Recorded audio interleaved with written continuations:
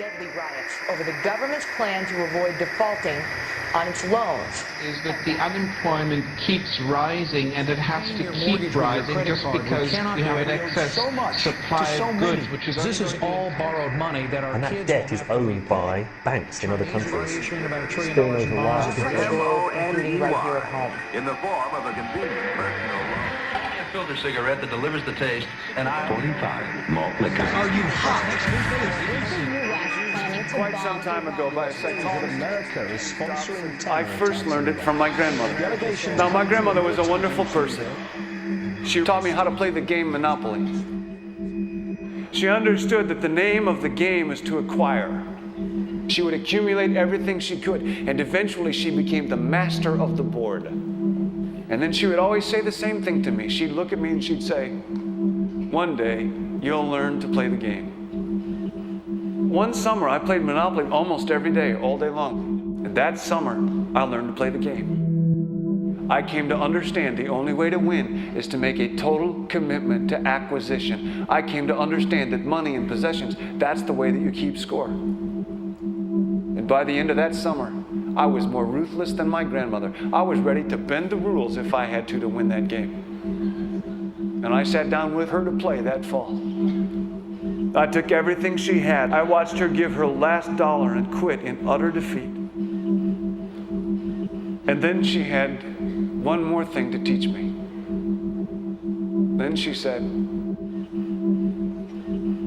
"Now it all goes back in the box." All those houses and hotels, all the railroads and utility companies, all that property and all that wonderful money. Now it all goes back in the box. None of it was really yours. You got all heated up about it for a while. But it was around a long time before you sat down at the board. And it will be here after you're gone. Players come and players go.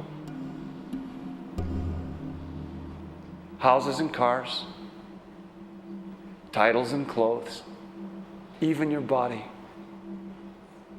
Because the fact is that everything I clutch and consume and hoard is going to go back in the box, and I'm going to lose it all. You have to ask yourself, when you finally get the ultimate promotion, when you've made the ultimate purchase, when you buy the ultimate home, when you have stored up financial security and climbed the ladder of success to the highest rung you can possibly climb it, and the thrill wears off, and it will wear off, then what? How far do you have to walk down that road before you see where it leads? Surely you understand, it'll never be enough. So you have to ask yourself the question, what matters?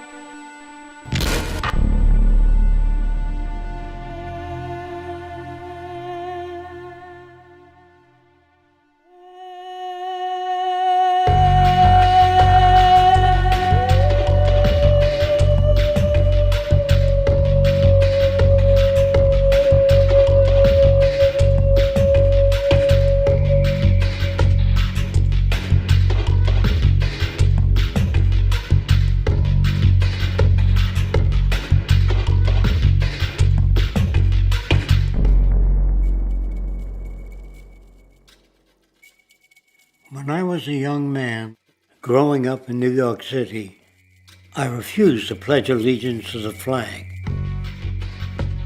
Of course, I was sent to the principal's office, and he asked me, "Why don't you want to pledge allegiance? Everybody does." I said, "Everybody once believed the earth was flat, but that doesn't make it so." I explained that America owed everything it has to other cultures and other nations, and that I would rather pledge allegiance to the earth and everyone on it. Needless to say, it wasn't long before I left school entirely, and I set up a lab in my bedroom. There I began to learn about science and nature. I realized then that the universe is governed by laws, and that the human being, along with society itself, was not exempt from these laws. Then came the crash of 1929, which began what we now call the Great Depression. I found it difficult to understand why millions were out of work, homeless, starving, while all the factories were sitting there. The resources were unchanged. It was then that I realized that the rules of the economic game were inherently invalid. Shortly after came World War II, where various nations took turns systematically destroying each other. I later calculated that all the destruction and wasted resources spent on that war could have easily provided for every human need on the planet. Since that time, I have watched humanity set the stage for its own extinction. I have watched as the precious finite resources are perpetually wasted and destroyed in the name of profit and free markets. I have watched the social values of society be reduced into a base artificiality of materialism and mindless consumption. And I have watched as the monetary powers control the political structure of supposedly free societies. I'm 94 years old now, and I'm afraid my disposition is the same as it was 75 years ago. This shit's got to go.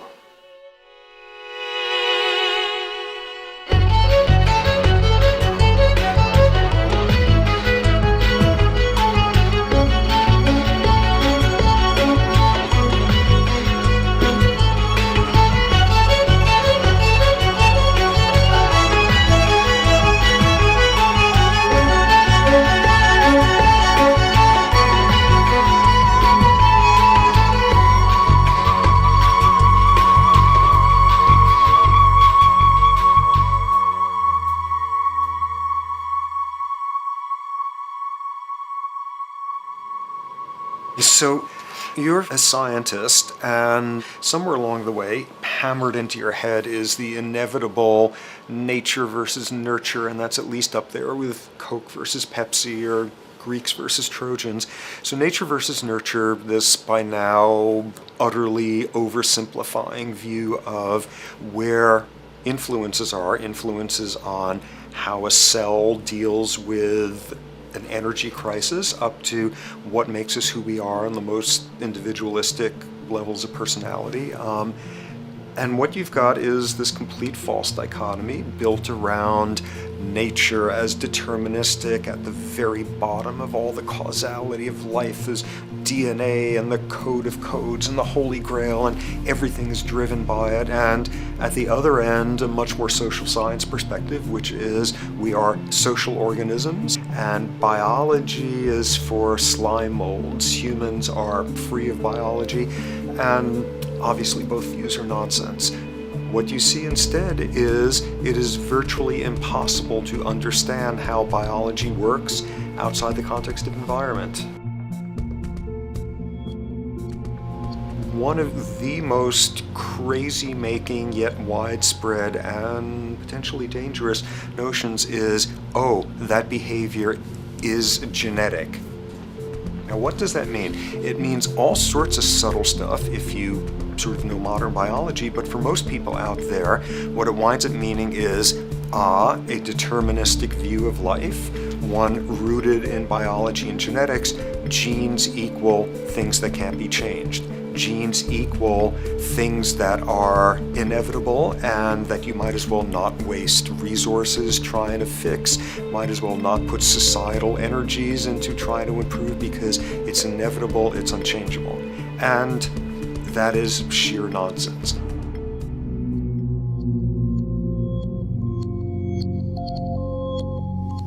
It is widely thought that conditions like ADHD are genetically programmed, conditions like schizophrenia are genetically programmed. The truth is the opposite.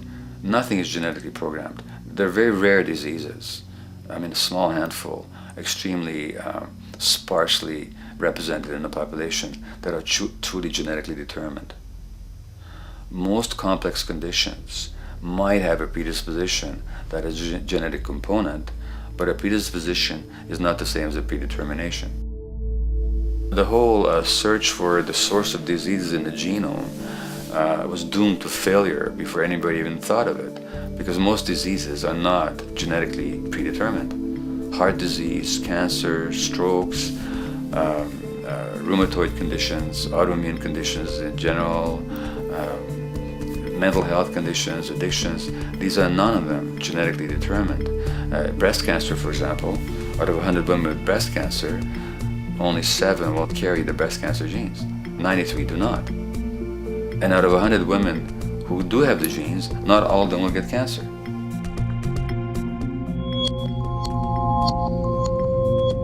Genes are not just things that make us behave in a particular way regardless of our environment. Genes give us different ways of responding to our environment. In fact, it looks as if some of the early childhood influences of a kind of child rearing affects gene expression, actually turning on and off different genes to put you on a different developmental track, which may suit the kind of world you've got to deal with. So, for example, a study done in Montreal with suicide victims looked at autopsies of the brains of these people. And it turned out that if a suicide victim, these are usually young adults, had been abused as children, the abuse actually caused a genetic change in the brain that was absent in the brains of people who had not been abused. That's an epigenetic effect. Epi means on top of, so that the epigenetic influence is what happens environmentally to either activate or deactivate certain genes. In New Zealand, there's a study that was done in a town called Dunedin, in which a few thousand individuals were studied from birth up to into their 20s. What they found was that they could identify a genetic mutation, an abnormal gene, which did have some relation to the predisposition to commit violence, but only if the individual had also been subjected to severe child abuse. In other words, a child with this abnormal gene would be no more likely to be violent than anybody else, and in fact they actually had a lower rate of violence than people with normal genes, as long as they weren't abused as children. Great additional example of the ways in which genes are not be-all, end-all. Fancy technique where you can take a specific gene out of a mouse, that mouse and its descendants will not have that gene, you have knocked out that gene. So there's this one gene that codes for a protein that has something to do with learning and memory, and this fabulous demonstration, knock out that gene and you have a mouse that doesn't learn as well. Ooh, a genetic basis for intelligence. What was much less appreciated in that landmark study that got picked up by the media left and right is take those genetically impaired mice and raise them in a much more enriched, stimulating environment than your normal mice in a lab cage, and they completely overcame that deficit. So when one says in a contemporary sense that, oh, this behavior is genetic, to the extent that that's even a valid sort of phrase to use, what you're saying is there is a genetic contribution to how this organism responds to environment. Genes may influence the readiness with which an organism will deal with a certain environmental challenge. that's not the version most people have in their minds, and not to be too soapboxing, but run with the old sort of version of it's genetic and it's not that far from a history of eugenics and things of that sort. It's a widespread misconception, and it's a potentially fairly dangerous one. One reason that the sort of biological explanation for violence, one reason that hypothesis is potentially dangerous, it's not just misleading, it can really do harm, is because if you believe that, you could very easily say, well, there's nothing we can do to change the predisposition people have to becoming violent. All we can do if somebody becomes violent is punish them, lock them up or execute them. But we don't need to worry about changing the social environment or the social preconditions that may lead people to become violent, because that's irrelevant. The genetic argument allows us the luxury of ignoring past and present historical and social factors. And in the words of Louis Menand, he wrote in the New Yorker, very astutely, he said, "It's all in the genes, an explanation for the way things are that does not threaten the way things are. Why should someone feel unhappy or engage in antisocial behavior when that person is living in the freest and most prosperous nation on earth? It can't be the system.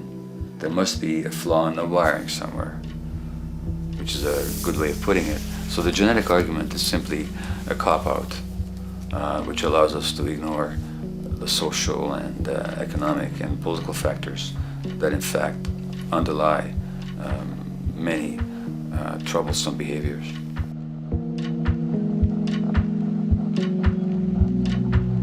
Addictions are usually considered to be a drug-related issue, but looking at it more broadly, I define addiction as any behavior that is associated with craving, with temporary relief, and with long-term negative consequences, along with an impairment of control over it, so that the person wishes to give it up or promises to do so, but can't follow through. And when you understand that, then you can see that there are many more addictions than simply those related to drugs. So there's workaholism, there's the addiction to shopping, to the internet, to video games. There's the addiction to power. People have power, but they want more and more and more. Nothing is ever enough for them. Acquisition, corporations that must own more and more. The addiction to oil, or at least to the wealth and to the products made accessible to us by oil. Look at the negative consequences on the environment. We're destroying the very earth that we inhabit for the sake of that addiction. Now, these addictions are far more devastating in their social consequences than the cocaine or heroin habits of my downtown East Side patients. Yet they're rewarded and considered to be respectable. The tobacco company executive that shows a higher profit will get a much bigger reward. He doesn't face any negative consequences legally or otherwise. In fact, he's a respected member of the board of several other corporations. But tobacco smoke-related diseases kill 5.5 million people around the world every year. In the United States, they kill 400,000 people a year. And these people are addicted to what? To profit. To such a degree are they addicted that they're actually in denial about the impact of their activities, which is typical for addicts, is denial. And that's a respectable one. It's respectable to be addicted to profit no matter what the cost. So what is acceptable and what is respectable is a highly arbitrary phenomenon in our society. And it seems like the greater the harm, the more respectable the addiction.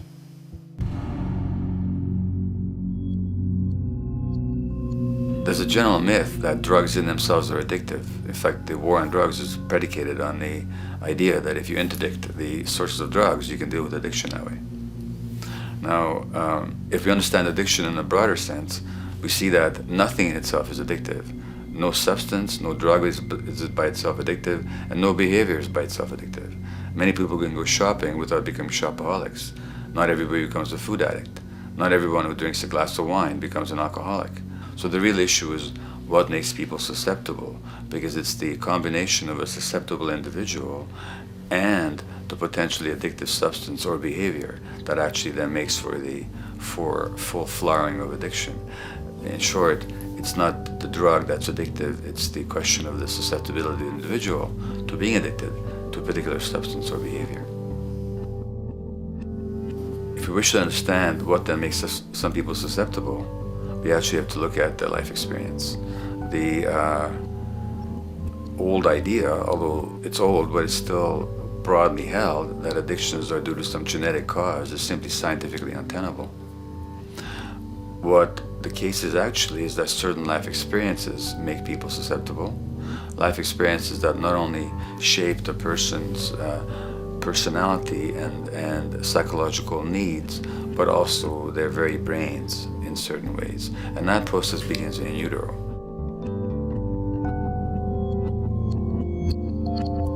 It's been shown, for example, that if you stress mothers during pregnancy, their children are more likely to have traits that predispose them to addictions. And that's because development is shaped by the psychological and social environment. So the biology of human beings is very much affected by and programmed by their life experiences beginning in utero. Environment does not begin at birth.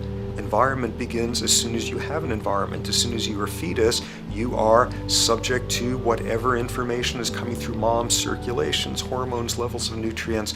Great landmark example of this, something called the Dutch hunger winter. 1944, Nazis occupying Holland. For a bunch of reasons, they decide to take all the food and divert it to Germany. For 3 months, everybody there is starving. Tens of thousands of people starve to death.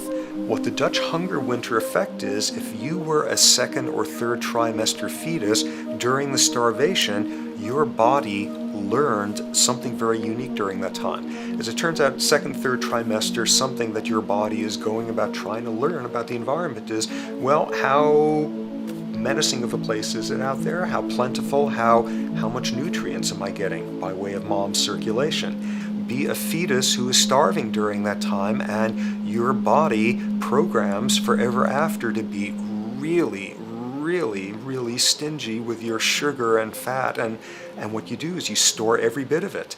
Be a Dutch hunger winter fetus, and half a century later, everything else being equal, you are more likely to have high blood pressure, obesity, or metabolic syndrome. That is environment coming in a very unexpected place. You can stress animals in a laboratory when they're pregnant, and their offspring will be more likely to use cocaine and alcohol as adults. You can stress human mothers. For example, in a British study, women who are abused in pregnancy will have higher levels of the stress hormone cortisol in their placenta at birth, and their children are more likely to have conditions that predispose them to addictions by age 7 or 8. So in utero stress already prepares the ground for all kinds of mental health issues. Israeli study done prior on children born to mothers who were pregnant prior to the onset of the 1967 war.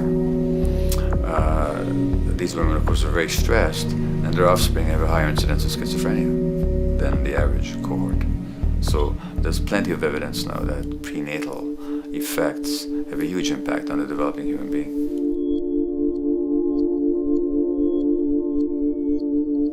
The point about human development, and specifically human brain development, is that it occurs mostly under the impact of the environment and mostly after birth. Now, if you compare us to a horse, which can run on the first day of life, we see that we are very undeveloped. We can't muster that much neurological coordination, balance, muscle strength, visual acuity until a year and a half, 2 years.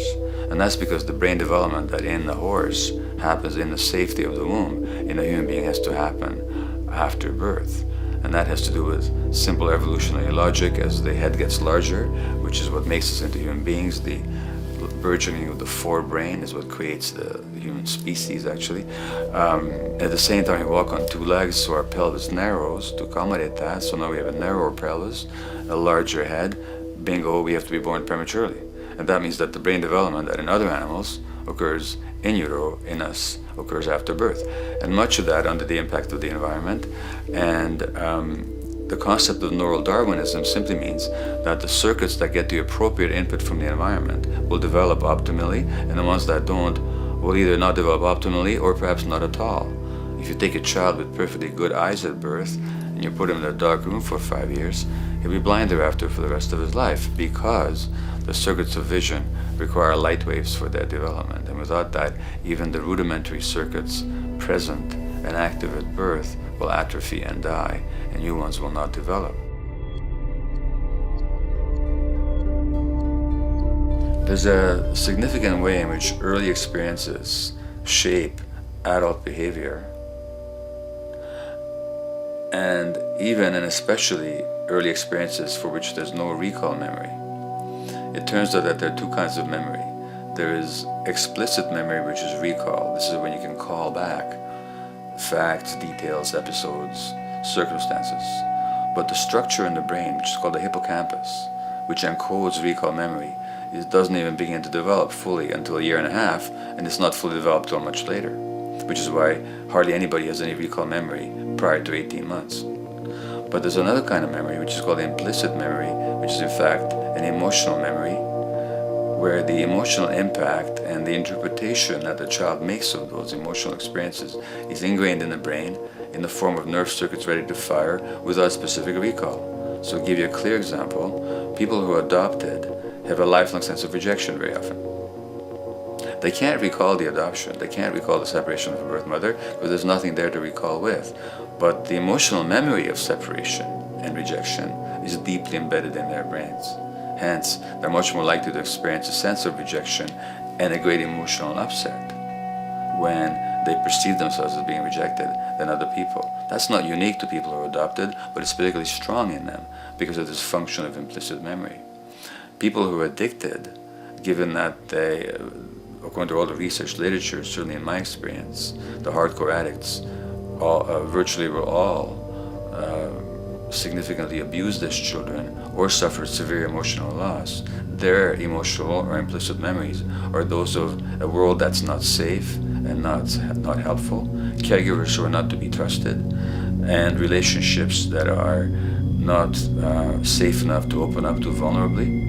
And hence their responses tend to be to keep themselves separate from really intimate relationships, not to trust caregivers, doctors, and other people who are trying to help them, and generally see the world as an unsafe place. And that's strictly a function of implicit memory, which sometimes has to do with incidents they don't even recall.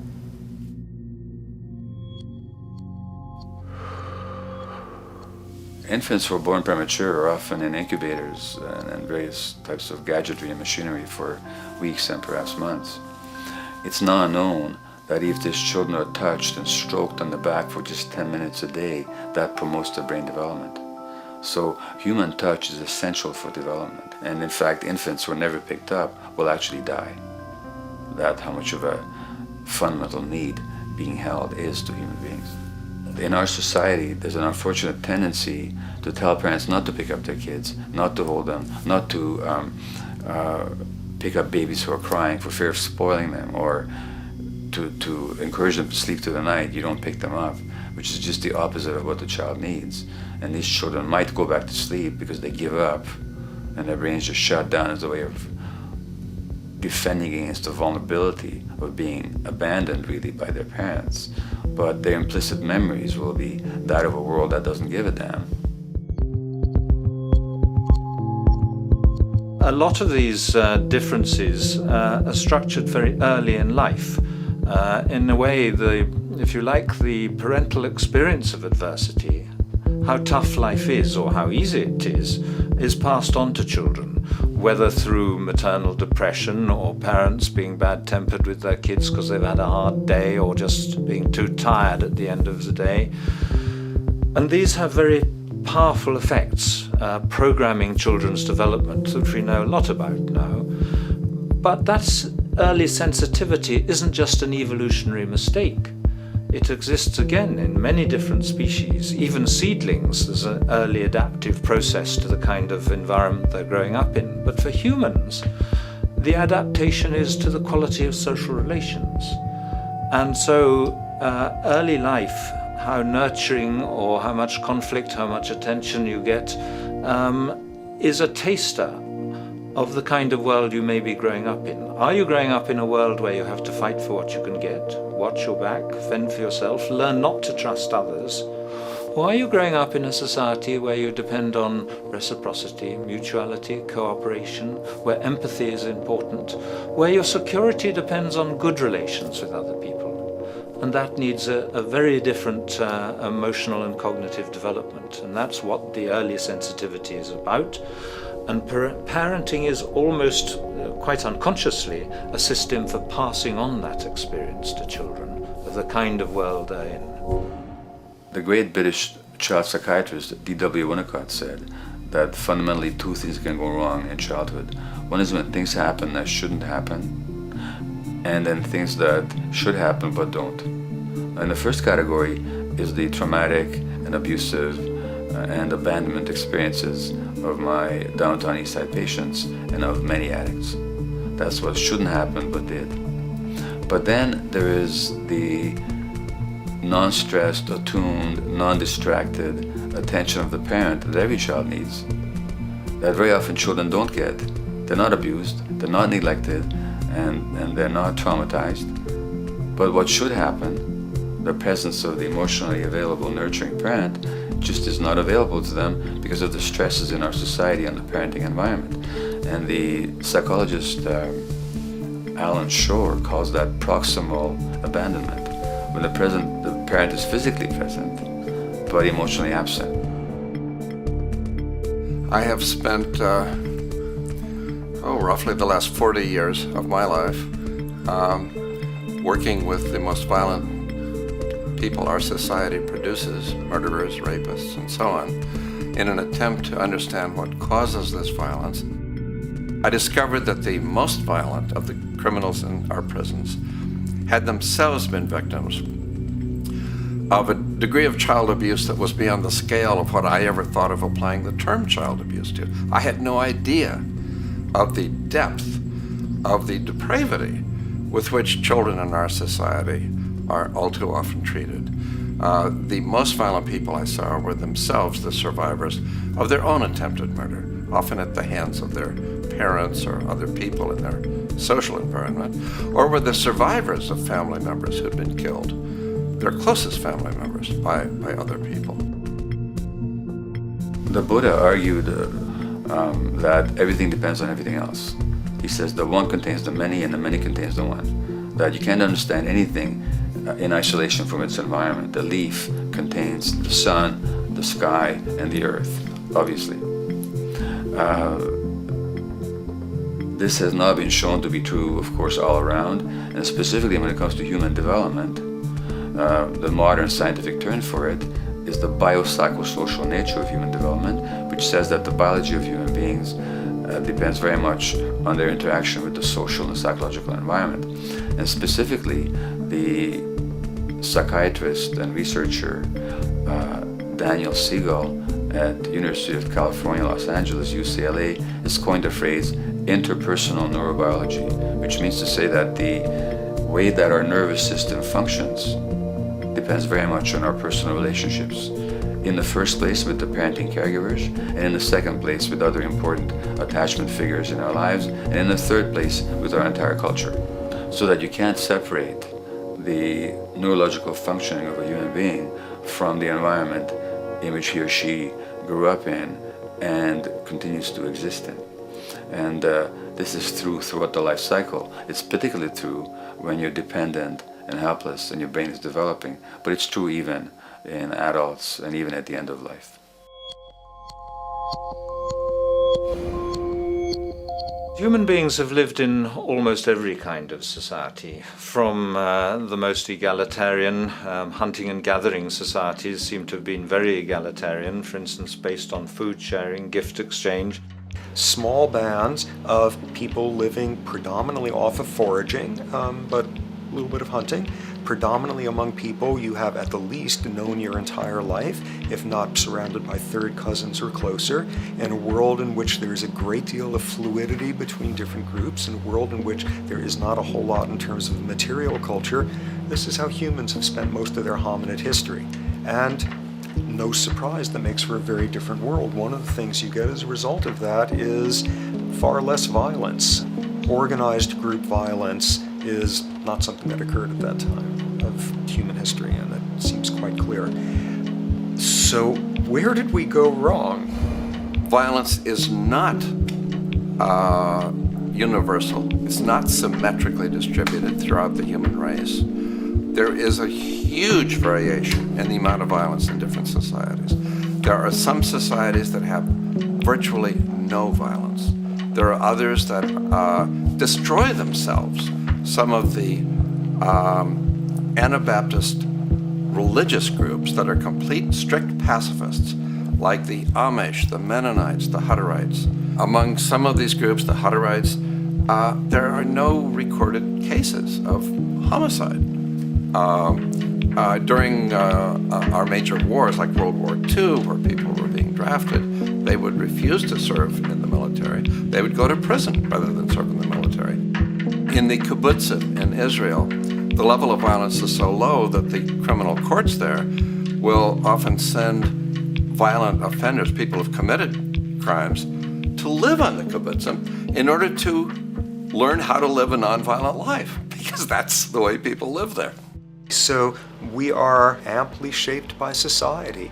Our societies in the broader sense, including our theological, our metaphysical, our linguistic influences, etc., our societies help shape us as to whether or not we think life is basically about sin or about beauty, whether the afterlife will carry a price for how we live our lives or if it's irrelevant. In a broad sort of way, different large societies could be termed as individualistic or collectivist, and you get very different people and different mindsets, and I suspect different brains coming along with that. We in America are in one of the most individualistic of societies, and capitalism being a system that allows you to go higher and higher up a potential pyramid, and the deal is it comes with fewer and fewer safety nets. By definition, the more stratified a society is, the fewer people you have as peers, the fewer people with whom you have symmetrical, reciprocal relationships, and instead all you have are differing spots and endless hierarchies. And a world in which you have few reciprocal partners is a world with a lot less altruism.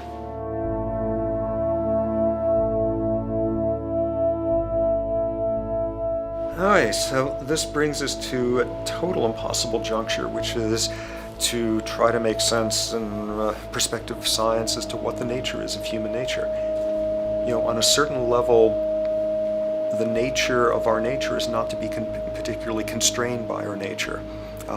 We come up with more social variability than any species out there, more systems of belief, of styles of family structures, of ways of raising children. The capacity for variety that we have is extraordinary.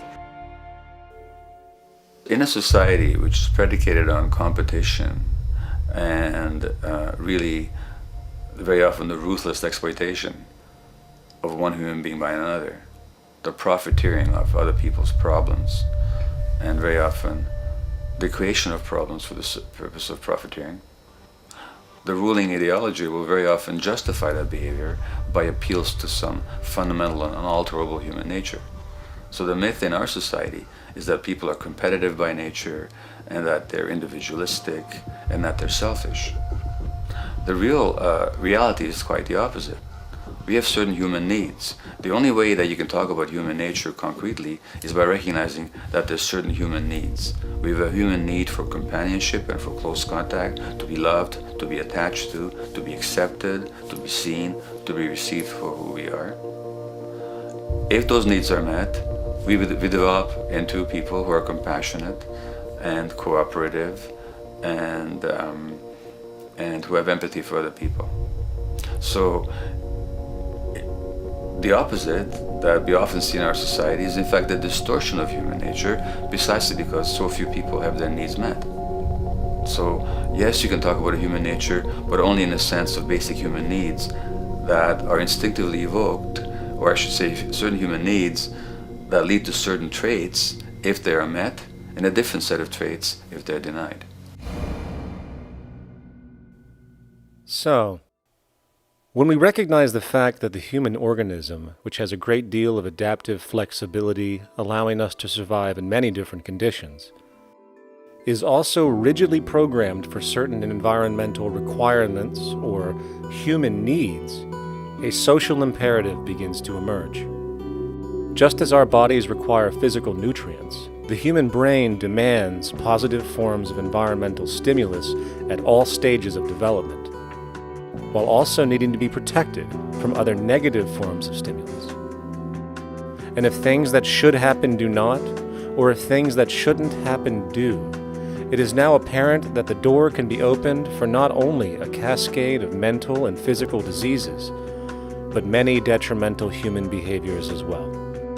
So as we turn our perspective now outward and take account for the state of affairs today, we must ask the question, is the condition we have created in the modern world actually supporting our health?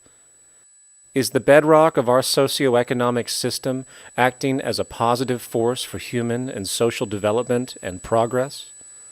Or is the foundational gravitation of our society actually going against the core evolutionary requirements needed to create and maintain our personal and social well-being?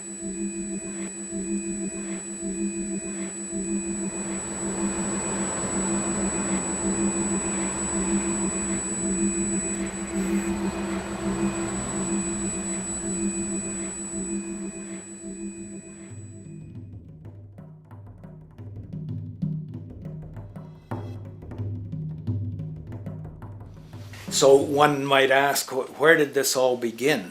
What we have today, really a world in a state of cumulative collapse. You get it started with John Locke. And John Locke introduces property, and he has 3 provisos for just private right and property. And the 3 provisos are that there must be enough left over for others, and that you must not let it spoil, and that you, most of all, must mix your labor with it. It seems justified. You mix your labor with the world, then you're entitled to the product, and as long as there's enough left over for others, and as long as it doesn't spoil, you don't allow anything to go to waste, that's okay. Well, he spends a long time of his famous treatise of government, and it's since been the canonical text for economic and political and legal understanding. Is still a classic text of study. Well, what he did is, after he gives the provisos, and you're almost thinking at the time whether you're for private property or not, he's given a very good and plausible and powerful defense of private property here. Well, he drops them. He drops them like that, right in one sentence. He says, well, once the introduction of money came in by men's tacit consent, then it became, and he doesn't say all the provisos are canceled, erased, but that's what happens. So now we have not product and your property earned by your own labor. Oh no, money buys labor now. There's no longer a consideration of whether there's enough left over for others. There's no longer a consideration of whether it spoils, because he says, well, money's like silver and gold can't spoil, therefore monies can't be responsible for waste, which is ridiculous. We're not talking about money and silver, we're talking about what its effects are. It's one non sequitur after another. Just the most startling logical legerdemain that he gets away with here. But it fits the interests of capital owners. Then Adam Smith comes along, and what he adds is the religion to this. Locke started with God made it all this way. This is God's right.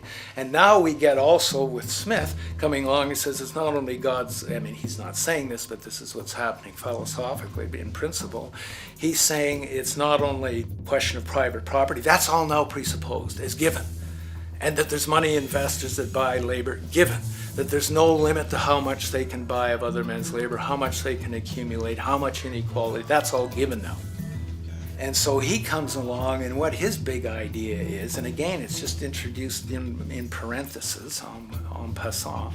You know, when people put out the goods for sale and others, you know, the supply, and other people buy them with the demand and so forth, how do we have supply equaling demand or demand equaling supply? How can they come into equilibrium? And that is one of the central notions of economics, is how do they come into equilibrium? And he says it's the invisible hand of the market. that brings them into equilibrium. So now we have God is actually immanent. He just didn't give the rights to property and how, all its wherewithal and its natural rights of doing all that Locke said. Now we have the system itself as God. In fact, Smith says, when he talks, and you'll never find this quoted, you have to read the whole of the Inquiry into the Wealth of Nations. He says, the scantiness of subsistence sets limits to the reproduction of the poor, and that nature can deal with this in no other way than elimination of their children. So he anticipated evolutionary theory in the worst sense. This is well before Darwin. And so he called them the race of laborers. So you can see there was inherent racism built in here. There was an inherent acceptance, life blindness to kill innumerable children. And he thought, well, that's the invisible hand making supply meet demand and demand meet supply. So see how wise God is. So you can see a lot of the really virulent, life-destructive, eco-genocidal things that are going on now have, in a way, a thought gene back in Smith too. When we reflect on the original concept of the so-called free market capitalist system, as initiated by early economic philosophers such as Adam Smith, we see that the original intent of a market was based around real, tangible, life-supporting goods for trade. Adam Smith never fathomed that the most profitable economic sector on the planet would eventually be in the arena of financial trading or so-called investment, where money itself is simply gained by the movement of other money in an arbitrary game which holds zero productive merit to society. Yet, regardless of Smith's intent, the door for such seemingly anomalous advents was left wide open by one fundamental tenet of this theory. Money is treated as a commodity in and of itself. Today, in every economy of the world, regardless of the social system they claim, money is pursued for the sake of money and nothing else. The underlying idea, which was mysteriously qualified by Adam Smith with his religious declaration of the invisible hand, is that the narrow, self-interested pursuit of this fictional commodity will somehow magically manifest human and social well-being and progress. The reality is that the monetary incentive interest, or what some have termed the money sequence of value, has now completely decoupled from the foundational life interest, which could be termed the life sequence of value. What has happened is that there's a complete confusion in economic doctrine between those two sequences. They think that the money sequence of value delivers the life sequence of value, and that's why they say if more goods are sold, if GDPs rise and so forth, therefore there'll be more well-being, enhanced well-being. We take the GDP to be basically our indicator of social health. Well, there you see the confusion. It's talking about money sequences of value, that is all the receipts, all the revenues that are derived from selling goods, and they're confusing that with life reproduction, so that you have built right into this thing from the beginning is a complete conflation of the money and life sequences of value. So we're dealing with a kind of structured delusion that becomes more and more deadly as the money sequence decouples from producing anything at all. So it's a system disorder, and the system disorder seems to be fatal.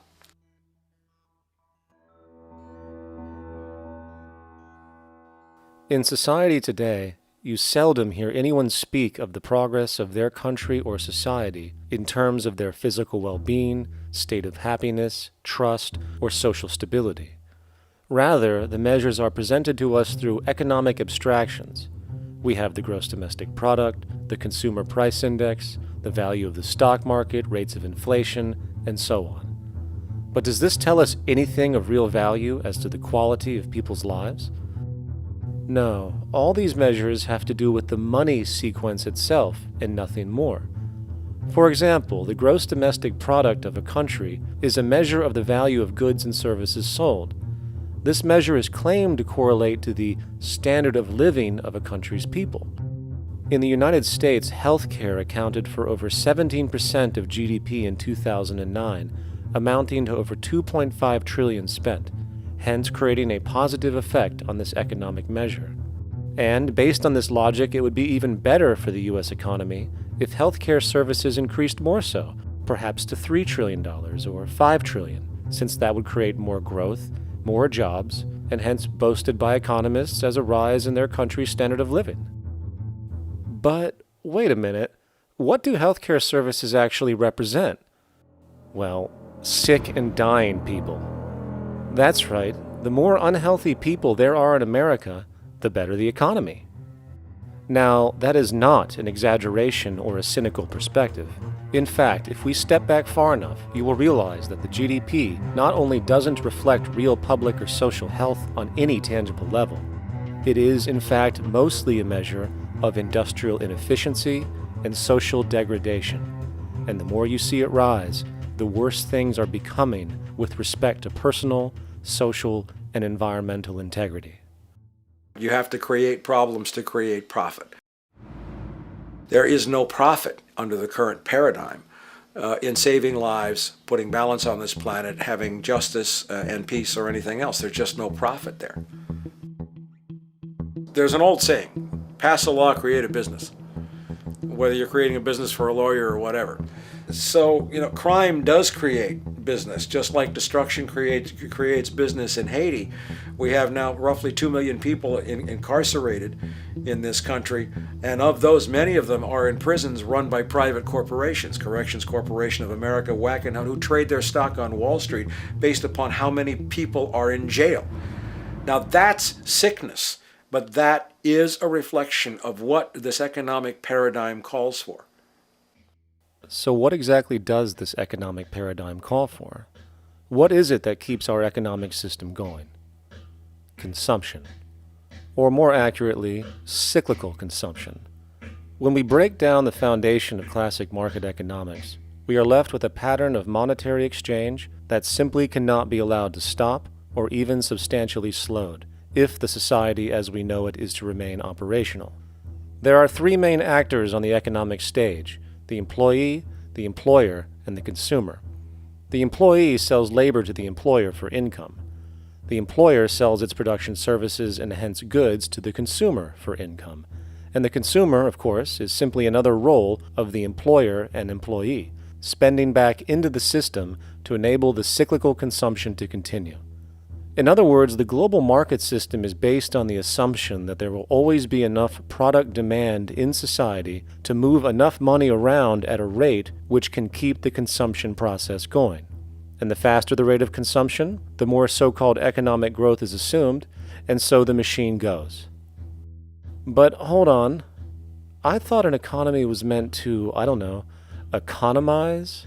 Doesn't the very term have to do with preservation and efficiency and a reduction of waste? So how does our system, which demands consumption and the more the better, efficiently preserve or economize at all? Well, it doesn't. The intent of the market system is, in fact, the exact opposite of what a real economy is supposed to do, which is efficiently and conservatively orient the materials for production and distribution of life-supporting goods. We live on a finite planet with finite resources, where, for example, the oil we utilize took millions of years to develop, where the minerals we use took billions of years to develop. So, having a system that deliberately promotes the acceleration of consumption for the sake of so-called economic growth is pure ecocidal insanity. Absence of waste, that's what efficiency is. Absence of waste. This system is more wasteful than all the other existing systems in the history of the planet. Every level of life organization and life system is in a state of crisis and challenge and decay or collapse. No peer-reviewed journal in the last 30 years will tell you anything different. That is that every life system is in decline, as well as social programs, as well as our water access. Try to name any means of life that isn't threatened and in danger. You can't. There really isn't one, and that's very, very despairing. But we haven't even figured out the causal mechanism. We don't want to face the causal mechanism. We just want to go on, that's what insanity is, where you keep doing the same thing over and over again, though it clearly doesn't work. So you're really dealing with not an economic system, but I would go so far as to say an anti-economic system. There's an old saying that the competitive market model seeks to create the best possible goods at the lowest possible prices. This statement is essentially the incentive concept, which justifies market competition based on the assumption that the result is the production of higher quality goods. If I was going to build myself a table from scratch, I would naturally build it out of the best, most durable materials possible, right? With the intent for it to last as long as possible. Why would I want to make something poor, knowing I would have to eventually do it again and expend more materials and more energy? Well, as rational as that may seem in the physical world, when it comes to the market world, it is not only explicitly irrational, it is not even an option. It is technically impossible to produce the best of anything if a company is to maintain a competitive edge and hence remain affordable to the consumer. Literally everything created and set for sale in the global economy is immediately inferior the moment it is produced, for it is a mathematical impossibility to make the most scientifically advanced, efficient, and strategically sustainable products.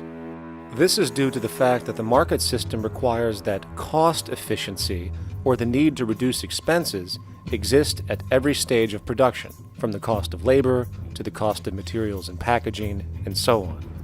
This competitive strategy, of course, is to make sure the public buys their goods rather than from a competing producer, which is doing the exact same thing to also make their goods both competitive and affordable. This immutably wasteful consequence of the system could be termed intrinsic obsolescence. However, this is only one part of a larger problem.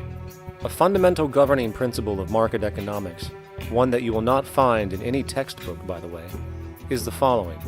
Nothing produced can be allowed to maintain a lifespan longer than what can be endured in order to continue cyclical consumption. In other words, it is critical that stuff break down, fail, and expire within a certain amount of time. This is termed planned obsolescence. Planned obsolescence is the backbone of the underlying market strategy of every goods-producing corporation in existence. While very few, of course, would admit to such a strategy outright, what they do is mask it within the intrinsic obsolescence phenomenon just discussed, while often ignoring or even suppressing new advents in technology which might create a more sustainable, durable good. So, if it wasn't wasteful enough that the system inherently cannot allow the most durable and efficient goods to be produced, planned obsolescence deliberately recognizes that the longer any good is in operation, the worse it is for sustaining cyclical consumption and hence the market system itself. In other words, product sustainability is actually inverse to economic growth, and hence there is a direct, reinforced incentive to make sure lifespans are short of any given good produced. And in fact, the system cannot operate any other way. One glance at the sea of landfills now spreading across the world show the obsolescence reality. There are now billions of cheaply made cell phones, computers, and other technology, each full of precious, difficult-to-mine materials such as gold, coltan, copper, now rotting in vast piles, usually due to the mere malfunction or obsolescence of small parts, which, in a conservative society, could likely be fixed or updated, and the life of the good extended. Unfortunately, as efficient as that may seem in our physical reality, living on a finite planet with finite resources, it is explicitly inefficient with respect to the market. To put it into a phrase, efficiency, sustainability, and preservation are the enemies of our economic system. Likewise, just as physical goods need to be constantly produced and reproduced regardless of their environmental impact, the service industry operates with an equal rationale. The fact is, there is no monetary benefit to resolving any problems which are currently being serviced, At the end of the day, the last thing the medical establishment really wants is the curing of diseases such as cancer, which would eliminate countless jobs and trillions in revenue. And since we're on the subject, crime and terrorism in this system are good. Well, at least economically, for it is employing police, generating high-value commodities for security, not to mention the value of prisons that are privately owned for profit. And how about war? The war industry in America is a huge driver of GDP, one of the most profitable industries, producing weapons of death and destruction. The favorite game of this industry is to blow things up and then go and rebuild them for profit. We saw this with the windfall billion-dollar contracts made from the Iraq War. The bottom line is that socially negative attributes of society have become positively rewarded ventures for industry, and any interest in problem resolution or environmental sustainability and conservation is intrinsically counter to economic sustainability. And this is why, every time you see the GDP rise in any country, you are witnessing an increase in necessity, whether real or contrived. And by definition, a necessity is rooted in inefficiency. Hence, increased necessity means increased inefficiency. The American dream is based on rampant consumerism. It is based upon the fact that mainstream media, and especially commercial advertising, all corporations who need this infinite growth have convinced us or brainwashed most people in America, and hence the world, that we have to have X number of material possessions and the possibility of gaining infinitely more material possessions in order to be happy. That's just not true. So why do people continue to buy in this way, which is ultimately eco-genocidal in its systemic effects cumulatively? And it just is classical operant conditioning.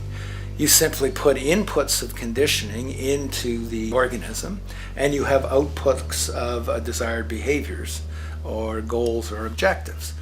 And it has all the resources of technology. And they boast about how they get into the minds of infants. What they hear is already making them conditioned to the brand. Then you see, well, that's how people have been such fools. In a way, they've been taught to be fools. It's a value system disorder. You know, if there is any testament to the plasticity of the human mind, if there is any proof to how malleable human thought is and how easily conditioned and guided people can become based on the nature of their environmental stimulus and what it reinforces, the world of commercial advertising is the proof. You have to stand in awe at the level of brainwashing where these programmed robots known as consumers wander the landscape only to walk into a store and spend, say, $4,000 on a handbag that likely costs $10 to make in a sweatshop overseas, only for the brand status it supposedly represents in the culture. Or perhaps the ancient communal traditions which increase trust and cohesiveness in society, which have now been hijacked by acquisitive, materialistic values, where now annually we exchange useless crap a few times a year. And we might wonder why so many today have a compulsion to shopping and acquisition, when it is clear that they have been conditioned from childhood to expect material goods as a sign of their status with friends and family. The fact is, the foundation of any society are the values that support its operation, and our society, as it exists, can only operate if our values support the conspicuous consumption it requires to continue the market system. 75 years ago, consumption in America and much of the First World was half of what we see today per person. Today's new consumer culture has been manufactured and imposed due to the very real need for higher and higher levels of consumption. And this is why most corporations now spend more money on advertising than the actual process of product creation itself. They work diligently to create a false need for you to fill, and it happens to work. You know, economists are in fact not economists at all. They're propagandists of money value. And you'll find that all their models basically get down to token exchanges that are to the profit of one side or both sides or whatever, but they're completely disconnected from the actually existing world of reproduction. In Ohio, an old man failed to pay his electric bill. You may be familiar with the case. And the electric company turned off the electricity and he died. The reason they turned it off was because it wouldn't have been profitable for them to keep it on because he didn't pay his bill.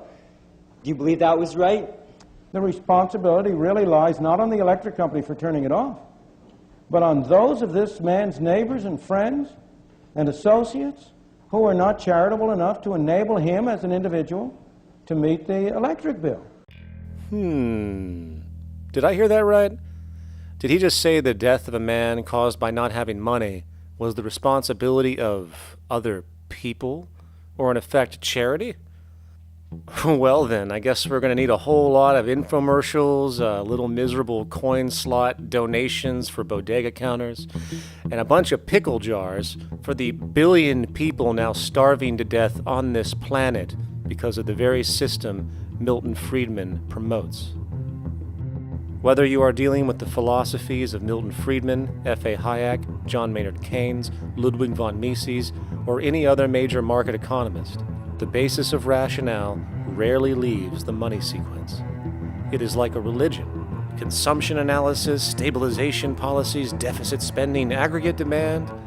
It exists as a never-ending, self-referring, self-rationalizing circle of discourse where universal human need, natural resources, or any form of physical life-supporting efficiency is ruled out by default and replaced by the singular notion that humans seeking advantage over each other for money alone, motivated by their own narrow self-interest, will magically create a sustainable, healthy, balanced society. There is no life coordinate in this whole theory, this whole doctrine. What are they doing? What are they doing? What they're doing is tracking money sequences. That's all it is tracking money sequences, presupposing everything that matters. One, that there's no life coordinates. Wow, no life coordinates. Two, that all the agents are self-maximizing preference seekers. That is, they think of nothing other than themselves and what they can get most for themselves. That's the notion, that's the ruling notion of rationality. Self-maximizing choice. And the only thing that they're interested in self-maximizing is money or commodities. Well, where does social relations come in? It doesn't, except in the exchange to self-maximize. Where do our natural resources come in? They don't, except to exploit. Where does the family come in as being able to survive? It doesn't. They have to have money in order to purchase any good. Well, shouldn't an economy deal somewhere with human need? Isn't that what the fundamental issue is, to satisfy human needs? Oh, need isn't even in your lexicon. You dissolve it into wants. And what is a want? That means money demand that wants to buy. Well, if it's money demand that wants to buy, it's got nothing to do with need, because it may be the person has no money demand and desperately needs, say, water supply. Or it may be money demand wants a gold toilet seat. Well, where does it all go? To the gold toilet seat. And you call this economics? Like, it's really, when one thinks of it, it's got to be the most bizarre delusion in the history of human thought. Now, so far we have focused on the market system, but this system is actually only one half of the global economic paradigm. The other half is the monetary system. While the market system deals with the interaction of people gaming for profit across the spectrum of labor, production, and distribution, the monetary system is an underlying set of policies set by financial institutions which create conditions for the market system, among other things. It includes terms we often hear, such as interest rates, loans, debt, the money supply, inflation, etc. And while you might want to pull your hair out listening to the gibberish coming from the monetary economists, modest preemptive actions can obviate the need of more drastic actions at a later date. The nature and effect of this system is actually quite simple. Our economy has, or the global economy has, three basic things that govern it. One is fractional reserve banking, banks printing money out of nothing. It's also based upon compound interest. When you borrow money, you have to pay back more than you borrowed, which means that you, in effect, create money out of thin air, again, which has to be serviced by creating still more money.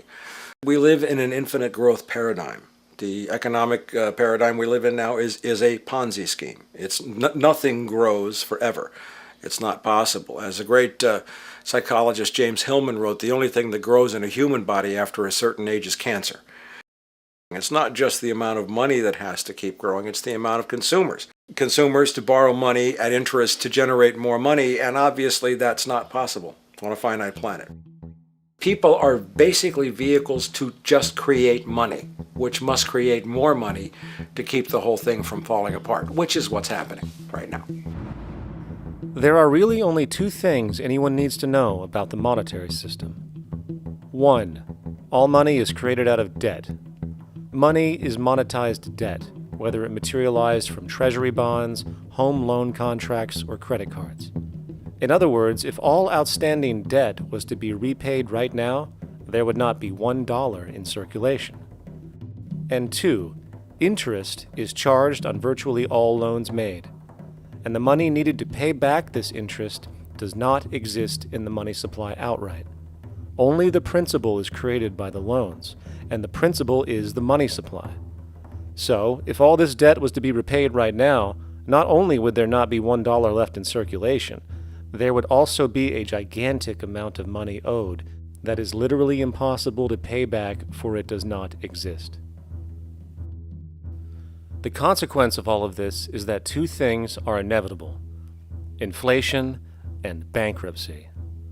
As far as inflation, this can be seen as an historical trend in virtually every country today, and easily tied to its cause, which is the perpetual increase of the money supply, which is required to cover the interest charges and keep the system going. As far as bankruptcy, it comes in the form of debt collapse. This collapse will inevitably occur with a person, a business, or a country, and typically happens when the interest payments are no longer possible to make. But there is a bright side to all of this. Well, at least in terms of the market system, because debt creates pressure. Debt creates wage slaves.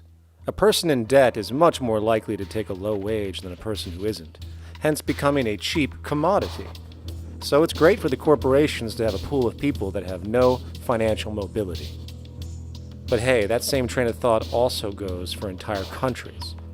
The World Bank and the International Monetary Fund, which mostly serve as proxies for transnational corporate interests, give gigantic loans to troubled countries at very high interest rates, and then, once the countries are deeply in the hole and can't pay, austerity measures are applied, the corporations swoop in, set up sweatshops, and take their natural resources. Now that's market efficiency. But wait, there's more.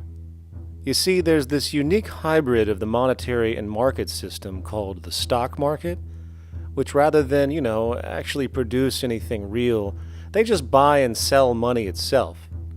And when it comes to debt, you know what they do? That's right, they trade it.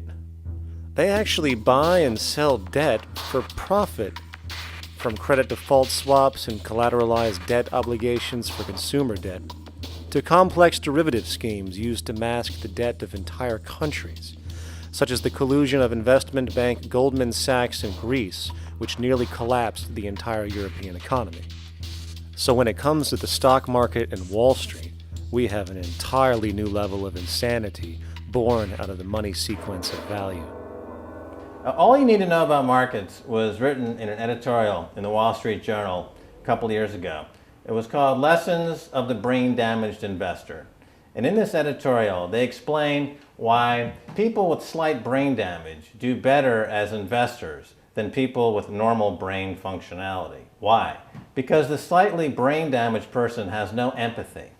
And that's the key. If you don't have any empathy, you do well as an investor. And so Wall Street breeds people who have no empathy, to go in there and to make decisions and make trades that they have no compunction about and no thought whatsoever as to what they're doing might affect their fellow human being. So they breed these robots, these people who have no souls. And since they don't even want to pay these people anymore, they're now breeding robots, real algorithmic traders.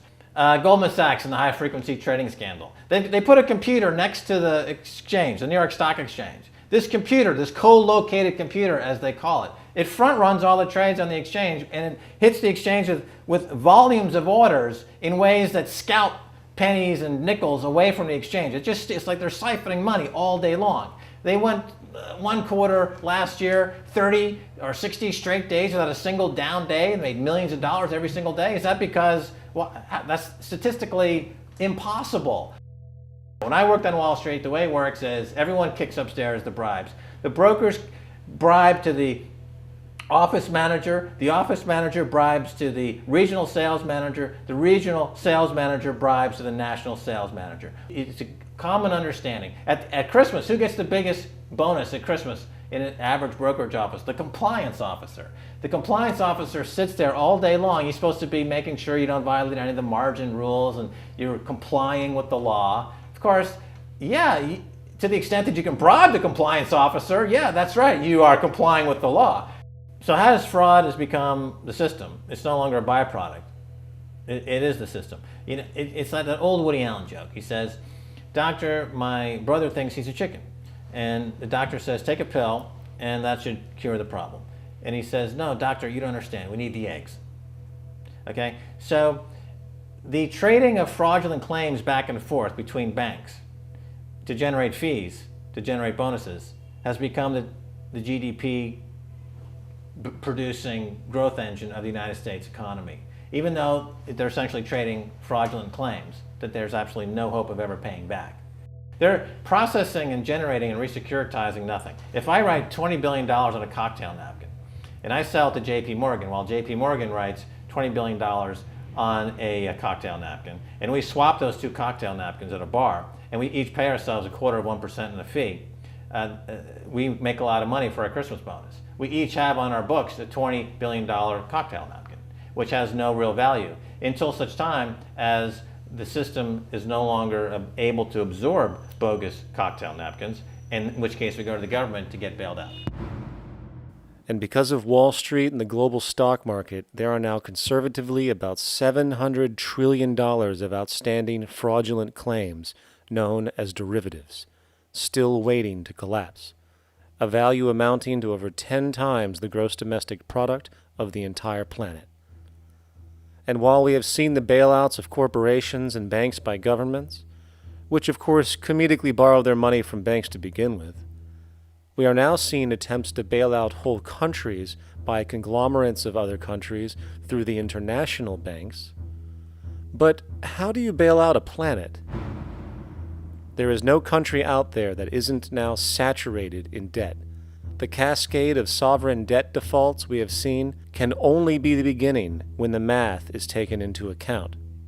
It has been estimated in the United States alone that income tax would need to be raised to 65% per person just to cover the interest in the near future. Economists are now foreshadowing that within a few decades, 60% of the countries on the planet will be bankrupt. But hold on, let me get this straight. The world is going bankrupt, whatever the hell that means, because of this idea called debt, which doesn't even exist in the physical reality. It's only part of a game that we've invented. And yet the well-being of billions of people is now being compromised. Extreme layoffs, tent cities, accelerating poverty, austerity measures imposed, schools shutting down, child hunger, and other levels of familial deprivation, all because of this elaborate fiction. What are we, fucking stupid? Hey, Mars, my man. Help a brother out, huh? Grow up, kid.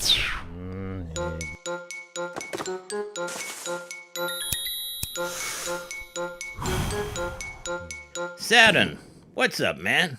You remember that smoking nebula I hooked you up with a while back? Listen, Earth, we're getting really tired of you. You've been given everything, and yet you waste it all. You got plenty of resources, and you know it. Why don't you grow up and learn some responsibility, for Christ's sake? You're making your mother miserable.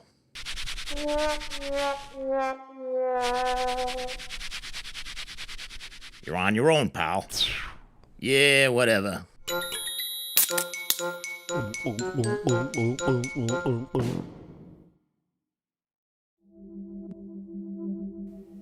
Now, all of this considered, from the waste machine known as the market system to the debt machine known as the monetary system, hence creating the monetary market paradigm which defines the global economy today, there is one consequence that runs through the entire machine: inequality.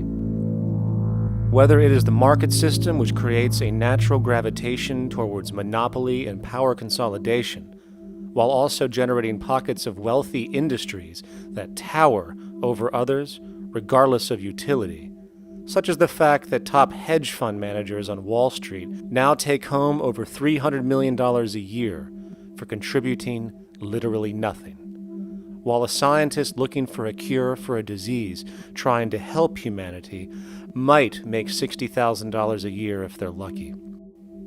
Or whether it is the monetary system, which has class division built right into its structure. For example, if I have $1 million to spare and I put it into a CD at 4% interest, I will make $40,000 a year. No social contribution, no nothing. However, if I'm a lower class person and have to take loans to buy my car or home, I am paying in interest, which, in abstraction, is going to pay that millionaire with the 4% CD. This stealing from the poor to pay the rich is a foundational, built-in aspect of the monetary system, and it could be labeled structural classism.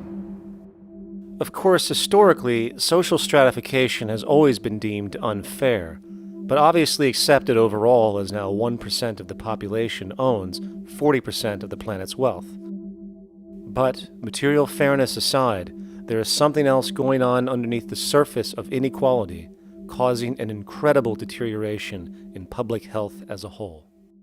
Well, I think people are often puzzled by the contrast between the material success of our societies, unprecedented levels of wealth, and the many social failings. I mean, you know, if you look at the rates of drug abuse or violence or self-harm amongst kids or mental illness, there's clearly something going deeply wrong with our societies. What the data that I've been describing does is simply shows that intuition that people have had for hundreds of years, that inequality is divisive and socially corrosive, that intuition is truer than I think we ever imagined. There are very powerful psychological and social effects of inequality, more to do, I suppose, with feelings of superiority and inferiority, that kind of division, and maybe going with the sort of respect, disrespect, people feeling looked down on at the bottom, which, by the way, is why violence is more common in more unequal societies. It's the trigger to violence is so often people feeling looked down on and disrespected. If there is one principle I can emphasize that is the most important principle underlying the prevention of violence, it would be equality. The single most significant factor that affects the rate of violence is the degree of equality versus the degree of inequality in that society. So what one's looking at is a sort of general social dysfunction. It's not just one or two things that go wrong as inequality increases. It seems to be everything, whether we're talking about crime or health or mental illness or whatever. One of the really disturbing findings out in public health there is never ever make the mistake of being poor or being born poor. Your health pays for it in endless sorts of ways, something known as the health socioeconomic gradient. As you move down from the highest strata in society in terms of socioeconomic status, every step down, health gets worse for umpteen different diseases. Life expectancy gets worse, infant mortality rate, everything you could look at. So a huge issue has been, why is it that this gradient exists? Totally simple, obvious answer, which is if you are chronically sick, you're not going to be very productive, so health causes drive socioeconomic differences. Not that in the slightest. On the very simple level that you could look at socioeconomic status of a 10-year-old, and that's going to predict something about their health decades later. So that's the direction of causality. Next one, what's it about? Oh, it's perfectly obvious. Poor people can't afford to go to the doctor. It's healthcare access. It's got nothing to do with that, because you see these same gradients in countries with universal healthcare, socialized medicine. Okay, next simple explanation. Oh, on the average, the poorer you are, the more likely you are to smoke, to drink, to all sorts of lifestyle risk factor stuff. Yeah, those contribute, but careful studies have shown that explains maybe about 1/3 of the variability. So what's left? And what's left is having a ton to do with the stress of poverty. So the poorer you are, starting off being, the person who's $1 income behind Bill Gates, the poorer you are in this country, on the average, the worse your health is. This tells us something really important. The health connection with poverty, it's not about being poor, it's about feeling poor. Increasingly, we recognize that chronic stress is an important influence on health, but the most important sources of stress are the quality of social relations. And if there is anything that lowers the quality of social relations, it is the socioeconomic stratification of society. What science has now shown is that regardless of material wealth, the stress of simply living in a stratified society leads to a vast spectrum of public health problems. And the greater the inequality, the worse they become. Life expectancy, longer in more equal countries. Drug abuse, less in more equal countries. Mental illness, less in more equal countries. Social capital, meaning the ability of people to trust each other, naturally greater in more equal countries. Educational scores, higher in more equal countries. Homicide rates, less in more equal countries. Crime and rates of imprisonment, less in more equal countries. It goes on and on. Infant mortality, obesity, teen birth rate, less in more equal countries. And perhaps most interesting, innovation, greater in more equal countries, which challenges the age-old notion that a competitive, stratified society is somehow more creative and inventive. Moreover, a study done in the UK called the Whitehall Study confirmed that there is a social distribution of disease as you go from the top of the socioeconomic ladder to the bottom. For example, it was found that the lowest rungs of the hierarchy had a 4-fold increase of heart disease-based mortality compared to the highest rungs. And this pattern exists irrespective of access to health care. Hence, the worse a person's relative financial status, the worse their health is going to be on average. This phenomenon is rooted in what could be termed psychosocial stress, and it is at the foundation of the greatest social distortions plaguing our society today. Its cause? The monetary market system.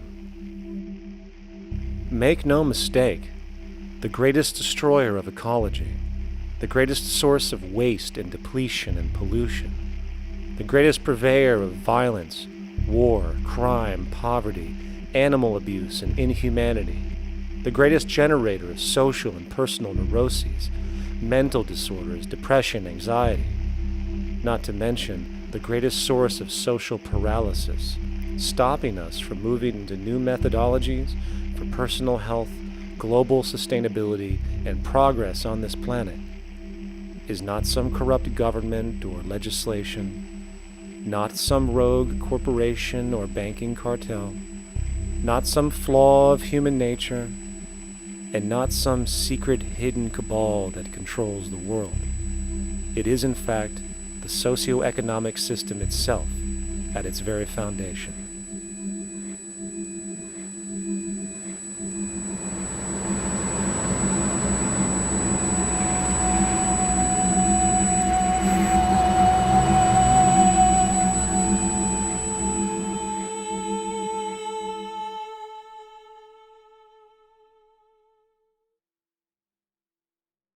Let's imagine for a moment we had the option to redesign human civilization from the ground up. What if, hypothetically speaking, we discovered an exact replica of the planet Earth, and the only difference between this new planet and our current one is that human evolution had not occurred. It was an open palette. No countries, no cities, no pollution, no Republicans, just a pristine, open environment. So, what would we do? Well, first we need a goal, right? And it's safe to say that goal would be to survive. And not to just survive, but to do so in an optimized, healthy, prosperous way. Most people indeed desire to live, and they would prefer to do so without suffering. Therefore, the basis of this civilization needs to be as supportive and hence sustainable for human life as possible, taking into account the material needs of all the world's people, while trying to remove anything that could hurt us in the long run. That goal of, say, maximum sustainability understood, the next question regards our method. What kind of approach do we take? Well, let's see. Last I checked, politics was the method of social operation on Earth. So what do the doctrines of the Republicans, liberals, conservatives, or socialists have to say about societal design? Not a damn thing. Okay, then what about religion? Surely the great creator had to have left some blueprint somewhere. No, nothing I can find. Okay then, so what's left? It appears something called science. Science is unique in that its methods demand not only that the ideas proposed be tested and replicated, but everything science comes up with is also inherently falsifiable. In other words, unlike religion and politics, science has no ego, and everything it suggests accepts the possibility of being proven wrong eventually. It holds on to nothing and evolves constantly. Well, that sounds natural enough to me. So then, based on the current state of scientific knowledge in the early 21st century, along with our goal of maximum sustainability for the human population, how do we begin the actual process of construction? Well, the first question to ask, what do we need to survive? The answer, of course, are planetary resources. Whether it is the water we drink, the energy we use, the raw materials we utilize to create tools and shelter, the planet hosts an inventory of resources, many of which are demanded for our survival. So, given that reality, it then becomes critical to figure out what we have and where it is. This means we need to conduct a survey. We simply locate and identify every physical resource on the planet we can, along with the amount available at each location, from the deposits of copper, to the most potent locations for wind farms to produce energy, to the natural freshwater springs, to an assessment of the amount of fish in the ocean, to the most prime arable land for food cultivation, etc. But since we humans are going to be consuming these resources over time, we then realize that not only do we need to locate and identify, we also need to track. We need to make sure we don't run out of any of this stuff. That would be bad. And this means not only tracking our rates of use, but the rates of earthly regeneration as well, such as how long it takes for, say, a tree to grow or a spring to replenish. This is called dynamic equilibrium. In other words, if we use up trees faster than they can be grown back, we have a serious problem, for it is unsustainable. So then, how do we track this inventory, especially when we recognize that all of this stuff is scattered everywhere? We have large mineral mines in what we call Africa, energy concentrations in the Middle East, huge tidal power possibilities on the Atlantic coast of North America, the largest supply of freshwater in Brazil, etc. Well, once again, good old science has a suggestion. It's called systems theory. Systems theory recognizes that the fabric of the natural world, from human biology to the earthly biosphere to the gravitational pull of the solar system itself, is one huge synergistically connected system, fully interlinked. Just as human cells connect to form our organs, and the organs connect to form our bodies, and since our bodies cannot live without the earthly resources of food, air, and water, we are intrinsically connected to the earth, and so on. So, as nature suggests, we take all of this inventory and tracking data and create a system to manage it. A global resource management system, in fact, to account for every relevant resource on the planet. There is simply no logical alternative if our goal as a species is survival in the long run. We have to keep track as a whole. That understood, we can now consider production. How do we use all this stuff? What will our process of production be, and what do we need to consider to make sure it is as optimized as possible to maximize our sustainability? Well, the first thing that jumps right out at us is the fact that we need to constantly try and preserve. The planet's resources are essentially finite, so it is important that we be strategic. Strategic preservation is key. The second thing we recognize is that some resources are really not as good as others in their performance. In fact, some of this stuff, when put into use, has a terrible effect on the environment, which invariably hinders our own health.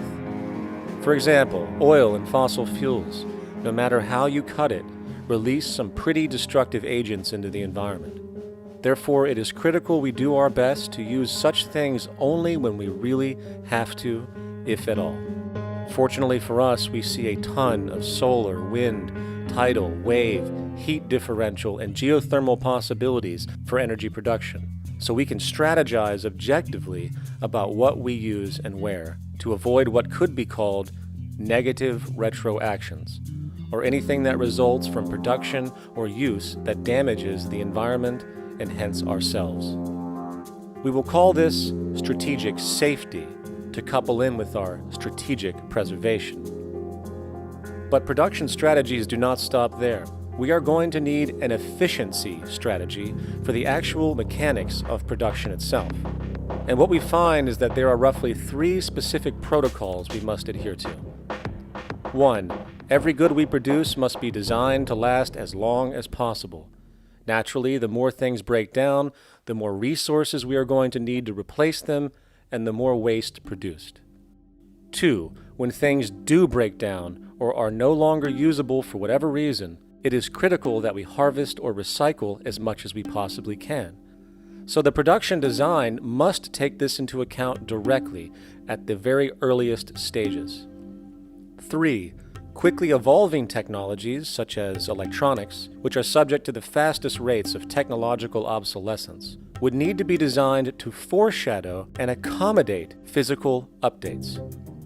The last thing we want to do is throw away an entire computer system just because it has only one broken part or is outdated. So we simply design the components to be easily updated, part by part, standardized and universally interchangeable, foreshadowed by the current trend of technological change. And when we realize that the mechanisms of strategic preservation, strategic safety, and strategic efficiency are purely technical considerations, devoid of any human opinion or bias, we simply program these strategies into a computer which can weigh and calculate all the relevant variables, allowing us to always arrive at the absolute best method for sustainable production based on current understandings. And while that might sound complex, all it is a glorified calculator. Not to mention, such multivariate decision-making and monitoring systems are already used across the world today for isolated purposes. It is simply a process of scaling it out. So, now we not only have our resource management system, but also a production management system, both of which are easily computer automated to maximize efficiency, preservation, and safety. The informational reality is that the human mind, or even a group of humans, cannot track what needs to be tracked. It must be done by computers, and it can be. And this brings us to the next level, distribution. What sustainability strategies make sense here? Well, since we know that the shortest distance between 2 points is a straight line, and since energy is required to power transport machines, The less transport distance, the more efficient. Producing goods in one continent and shipping them over to another only makes sense if the goods in question simply cannot be produced in the target area. Otherwise, it is nothing but wasteful. We must localize production so distribution is simple, fast, and requires the least amount of energy. We'll call this the proximity strategy, which simply means we reduce the travel of goods as much as possible, whether raw materials or finished consumer products. Of course, it might also be important to know what goods we are transporting and why, and this falls under the category of demand. And demand is simply what people need to be healthy and to have a high quality of life. The spectrum of material human needs range from core life-supporting necessities, such as food, clean water, shelter, to social and recreational goods, which allow for relaxation and personal social enjoyment, both important factors in human and social health overall. So, very simply, we take another survey. People describe their needs. Demand is assessed, and production begins based on that demand. And since the level of demand of different goods will naturally fluctuate and change around different regions, we need to create a demand distribution tracking system, so to avoid overruns and shortages. Of course, this idea is old news. It is used in every major store chain today to make sure they keep up with their inventory.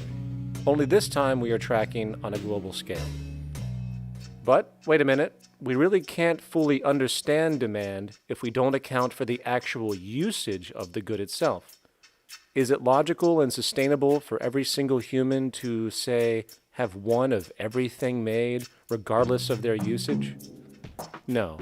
That would be simply wasteful and inefficient. If a person has a need for a good, but that need is only for, say, 45 minutes a day on average, it would be much more efficient if that good was made available to them and to others when needed. Many forget that it isn't the good that they want, it is the purpose of that good. When we realize that the good itself is only as important as its utility, we see that external restriction, or what we might call today ownership, is extremely wasteful and environmentally illogical in a fundamental economic sense. So, we need to devise a strategy called strategic access. This will be the foundation of our demand distribution tracking system, which makes sure we can meet the demand of the population's needs for access of whatever they need when they need it. And as far as physically obtaining the goods, centralized and regional access centers all make sense for the most part, placed in close proximity to the population, and a person would simply come in, take the item, use it, and when finished, return it when it is no longer needed. Sort of how a library works today. In fact, these centers could not only exist in the community in the way we see local stores today, but specialized access centers would exist in specific areas where often certain goods are utilized, saving more energy with less repeat transport. And once this demand tracking system is in order, it is tied into our production management system, and of course into our resource management system, hence creating a unified, dynamically updating, global economic management machine that simply makes sure we remain sustainable, starting with securing the integrity of our finite resources, moving to make sure we only create the best, most strategic goods possible, while distributing everything in the most intelligent and efficient way. And the unique result of this preservation-based approach, which is intuitively counter to many, is that this logical, ground-up, empirical process of preservation and efficiency, which can only define true human sustainability on this planet, would likely enable something never before seen in human history. Access abundance, not just for a percentage of the global population, but the entire civilization. This economic model, as was just generalized, this responsible systems approach to total Earth resource management and processes, designed again to do nothing less than take care of humanity as a whole in the most efficient and sustainable way, could be termed a resource-based economy. The idea was defined in the 1970s by structural engineer Jacques Fresco. He understood back then that society was on a collision course with nature and itself, unsustainable on every level. And if things didn't change, we would destroy ourselves one way or another. Are all these things you're saying, Jacques, could they be built with what we know today, or are some of these things, are you guessing based on what we know today? No. All of these things can be built with what we know today. It would take 10 years to change the surface of the earth, to rebuild the world into a second Garden of Eden. The choice lies with you. The stupidity of a nuclear arms race, the development of weapons, trying to solve your problems politically by electing this political party or that political party, that all politics is immersed in corruption. Let me say it again. Communism, socialism, fascism, the Democrats, the liberals, we want to absorb human beings. All organizations that believe in a better life for man, there are no Negro problems or Polish problems or Jewish problems or Greek problems or women's problems. They're human problems. I'm not afraid of anybody. I don't work for anyone. No one can discharge me. I have no boss. I am afraid to live in the society we live in today. Our society cannot be maintained by this type of incompetency. It was great, the free enterprise system, about 35 years ago. That was the last of its usefulness. Now we've got to change our way of thinking or perish. The horror movies of the future will be our society, the way it didn't work. And politics would be part of a horror movie. Lots of people today use the term cold science because they're analytical. And they don't even know what analytical means. Science means closer approximations of the way the world really works. So it's telling the truth, is what it is. A scientist doesn't try to get along with people. They tell them what their findings are. They have to question all things. And if some scientist comes up with an experiment that shows certain materials have certain strength, other scientists have to be able to duplicate that experiment and come up with the same results. Even if a scientist feels that an airplane wing, due to mathematics or calculations, can hold up a given amount of weight, they still pile sandbags on it to see when it breaks. And they say, you know, my calculations are right, or they're not correct. I love that system because it's free of bias and free of thinking that math can solve all the problems. You have to put your math to test also. I think that every system that can be put to test should be put to test. And that all decisions should be based upon research. A resource-based economy is simply the scientific method applied to social concern, an approach utterly absent in the world today. Society is a technical invention, and the most efficient methods of optimized human health, physical production, distribution, city infrastructure, and the like reside in the field of science and technology, not politics or monetary economics. It operates in the same systematic way as, say, an airplane, and there is no Republican or liberal way to build an airplane. Likewise, nature itself is the physical referent we use to prove our science, and it is a set system, emerging only from our increased understanding of it. In fact, it has no regard for what you subjectively think or believe to be true. Rather, it gives you an option. You can learn and fall in line with its natural laws and conduct yourself accordingly, invariably creating good health and sustainability, or you can go against the current to no avail. It doesn't matter how much you believe you can just stand up right now and walk on the wall next to you. The law of gravity will not allow it. If you do not eat, you will die. If you are not touched as an infant, you will die. As harsh as it may sound, nature is a dictatorship, and we can either listen to it and come in harmony with it, or suffer the inevitable adverse consequences. So, a resource-based economy is nothing more than a set of proven, life-supporting understandings where all decisions are based upon optimized human and environmental sustainability.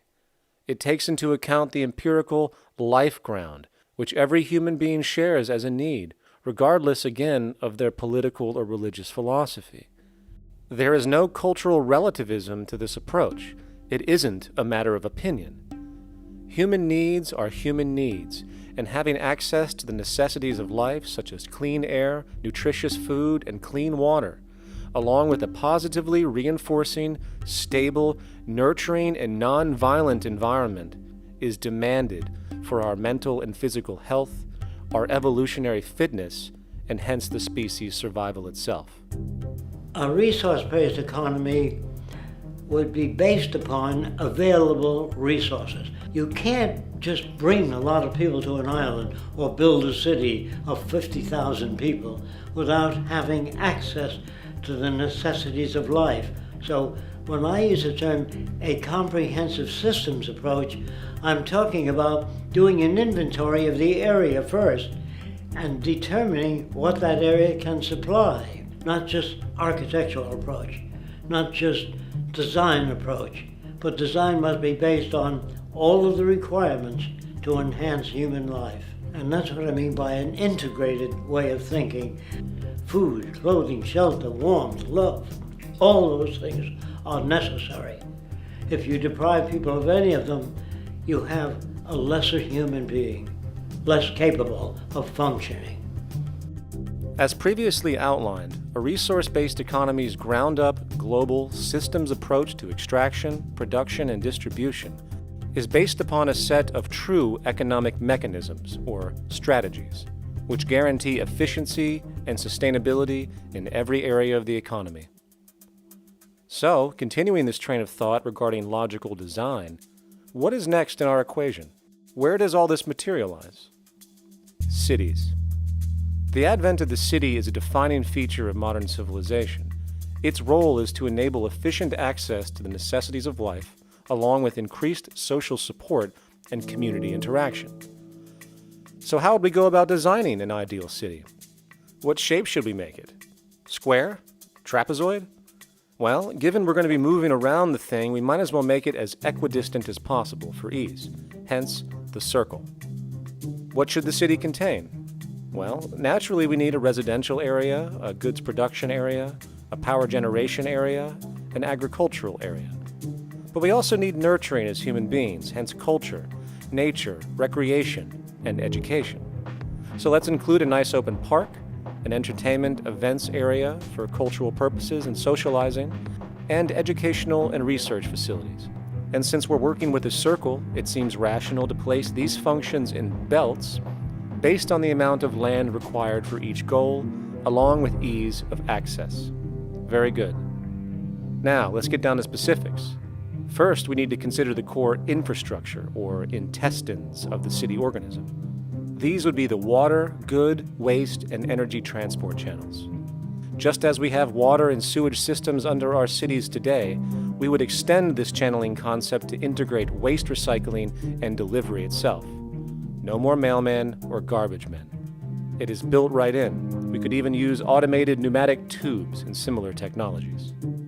Same goes for transport.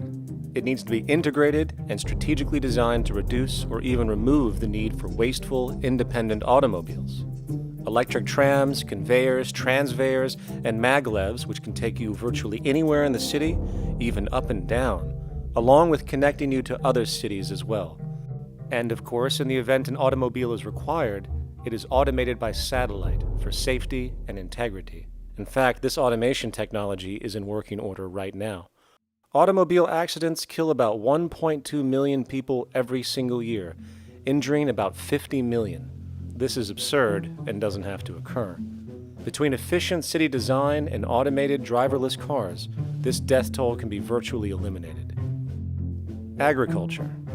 Today, through our haphazard, cost-cutting industrial methods, using pesticides, excessive fertilizers, and other means, we have successfully destroyed much of the arable land on this planet, not to mention also extensively poisoning our bodies.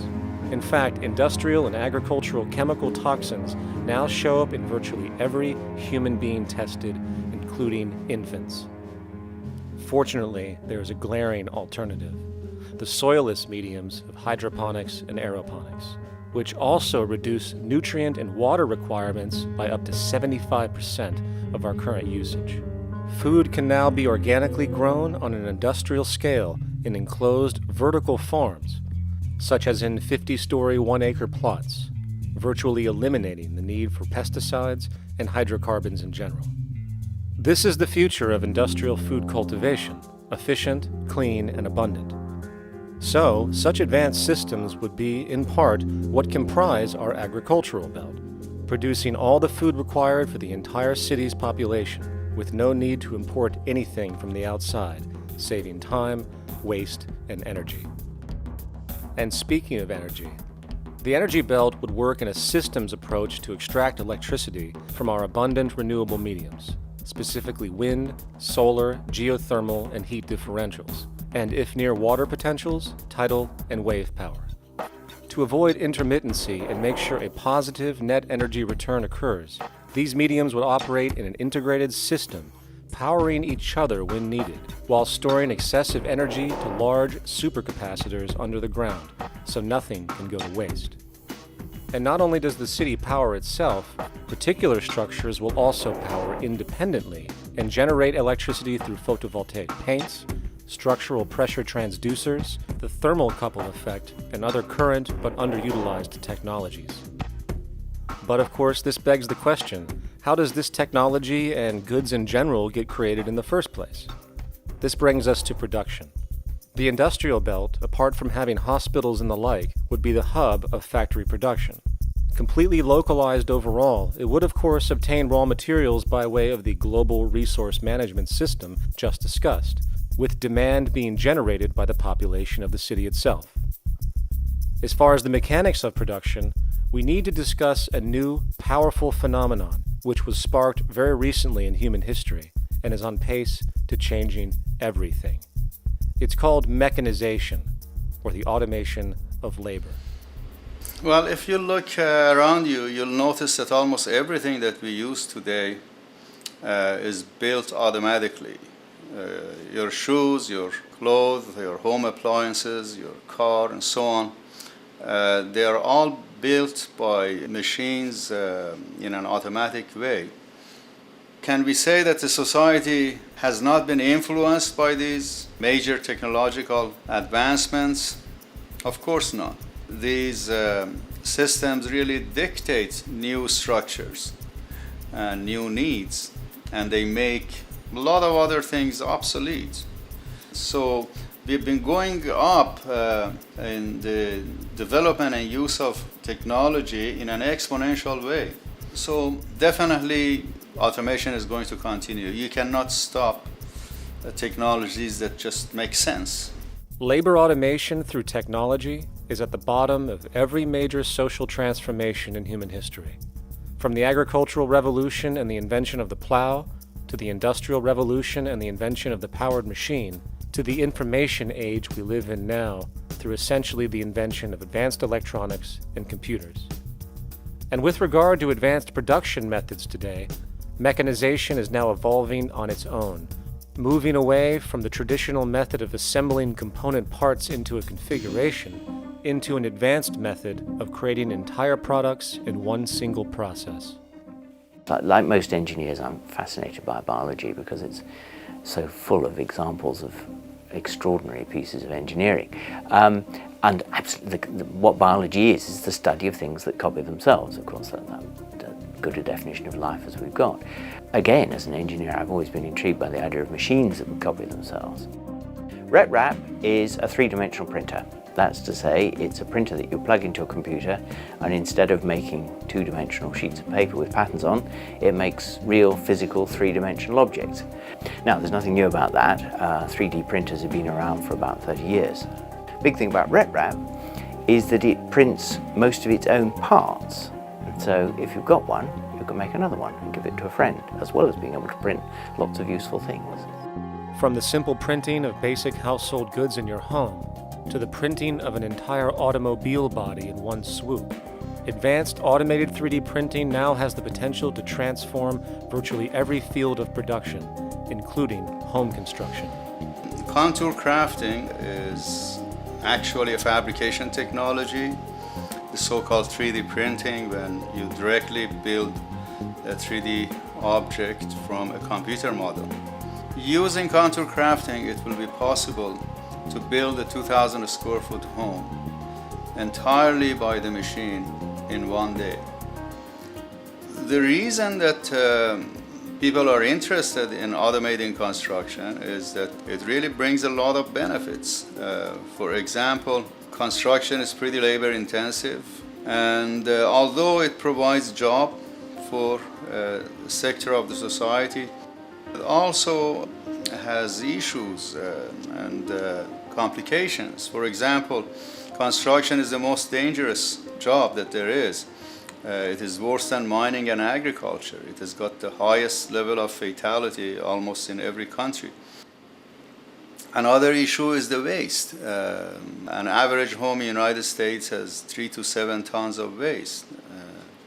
So this is huge if we look at the impact of construction and knowing that about 40% of all materials in the world are used in construction. So big waste of energy and resources and big damage to the environment as well. Making homes using hammers and nails and wood with the state-of-art technology today is really absurd and will go the way of our labor class in regards to manufacturing in the United States. Recently, there was a study by economist David Autor of MIT that states that our middle class is obsolete and being replaced by automation. Quite simply, mechanization is more productive, efficient, and sustainable than human labor in virtually every sector of the economy today. Machines do not need vacations, breaks, insurance, pensions, and they can work 24 hours a day every day. The output potential and accuracy compared to human labor is unmatched. The bottom line, repetitive human labor is becoming obsolete and impractical across the world, and the unemployment you see around you today is fundamentally the result of this evolution of efficiency in technology.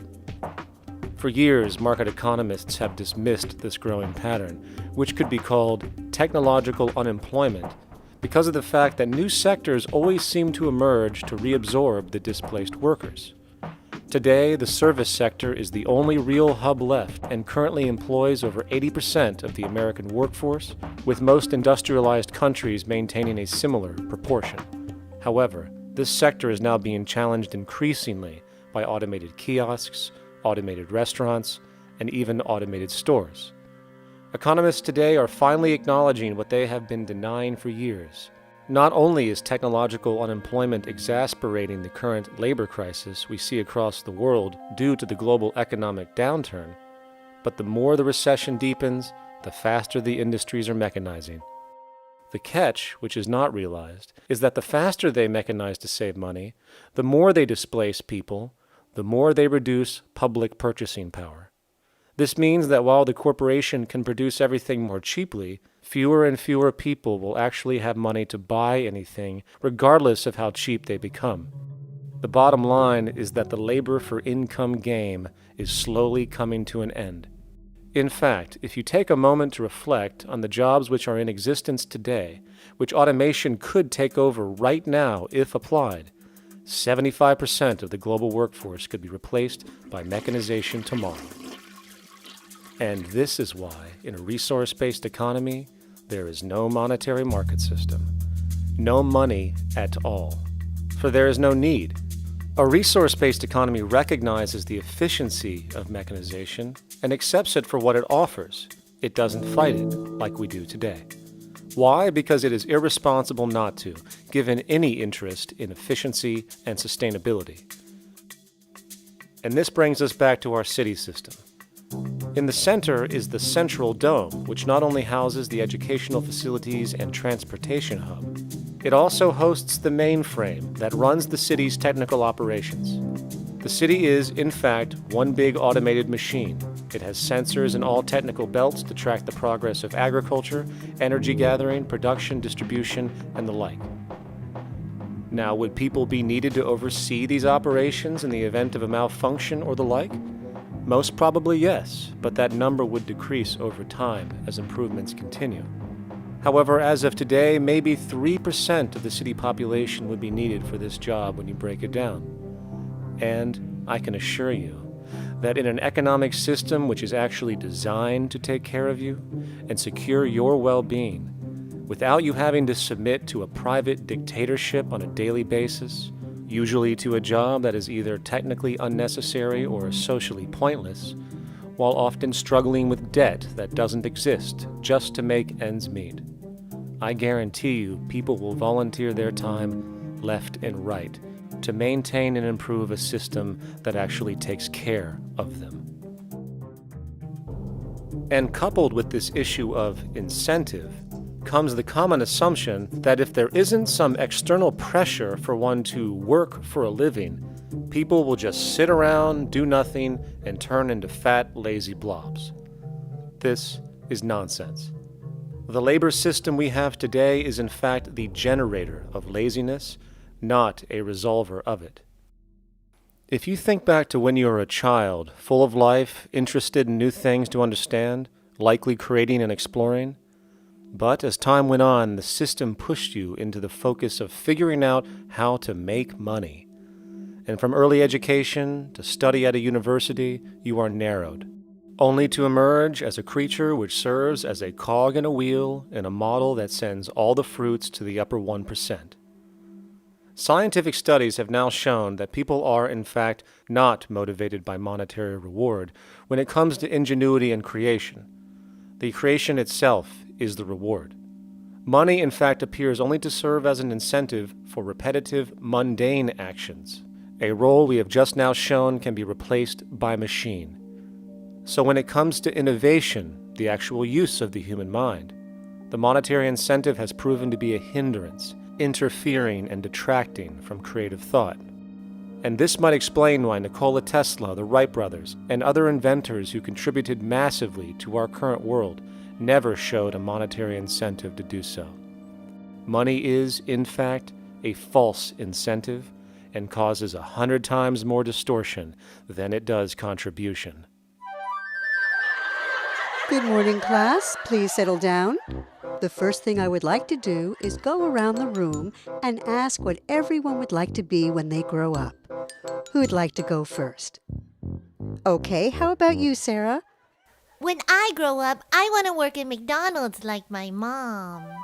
Oh, family tradition, eh? How about you, Linda? When I grow up, I'm going to be a prostitute on the streets of New York City. Oh, glamour girl, huh? Very ambitious. How about you, Tommy? When I grow up, I'm going to be a rich, elitist businessman who works on Wall Street and profits off of the collapse of foreign economies. Enterprising, and great to see some multicultural interest. As stated before, a resource-based economy applies the scientific method to social concern, and this isn't limited to simply technical efficiency. It also has the consideration of human and social well-being directly and what comprises it. What good is a social system if, in the end, it doesn't produce happiness and peaceful coexistence? So it is important to point out that with the removal of the money system and the necessities of life provided, we would see a global reduction in crime by about 95% almost immediately, for there is nothing to steal, embezzle, scam, or the like.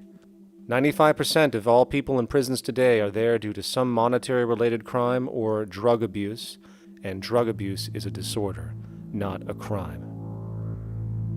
So what about the other 5%, the truly violent, often seeming to some as being violent for the sake of being violent? Are they just evil people?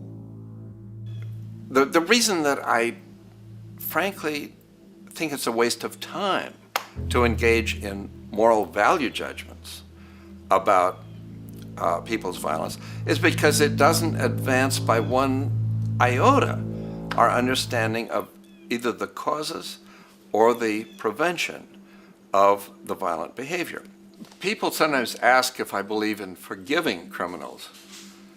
My answer to that is, no, I don't believe in forgiveness any more than I believe in condemnation. It's only if we as a society can take the same attitude of treating violence as a problem in public health and preventive medicine, rather than as a moral evil, It's only when we make that change in our own attitudes and assumptions and values that we will actually succeed in reducing the level of violence rather than stimulating it, which is what we do now. The more justice you seek, the more hurt you become, because there's no such thing as justice. There is whatever there is out there. That's it. In other words, if people are conditioned to be racist and bigots, if they're brought up in an environment that advocates that, why do you blame the person for it? They're a victim of a subculture.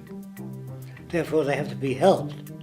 The point is, we have to redesign the environment that produces aberrant behavior. That's the problem, not putting a person in jail. That's why judges, lawyers, freedom of choice, such concepts are dangerous, because it gives you misinformation that the person is bad or that person is a serial killer. Serial killers are made, just like soldiers become serial killers with a machine gun. They become killing machines, but nobody looks at them as murderers or assassins, because that's natural. So we blame people. We say, well, this guy was a Nazi, he tortured Jews. No, he was brought up to torture Jews. Once you accept the fact that people have individual choices and they're free to make those choices, free to make choices means without being influenced. And I can't understand that at all. All of us are influenced in all our choices by the culture we live in, by our parents, and by the values that dominate. So we're influenced. So there can't be free choices. What's the greatest country in the world? The true answer, I haven't been all over the world, and I don't know enough about different cultures to answer that question. I don't know anybody that speaks that way. I say, it's good old USA, the greatest country in the world. There's no survey. Have you been to India? No. Have you been to England? No. Have you been to France? No. What do you make your assumptions on? They can't answer. They get mad at you. They say, well, God damn it, who the hell are you to tell me what to think? You know, don't forget, you're dealing with aberrated people. They're not responsible for their answers. They're victims of culture. That means they've been influenced by their culture.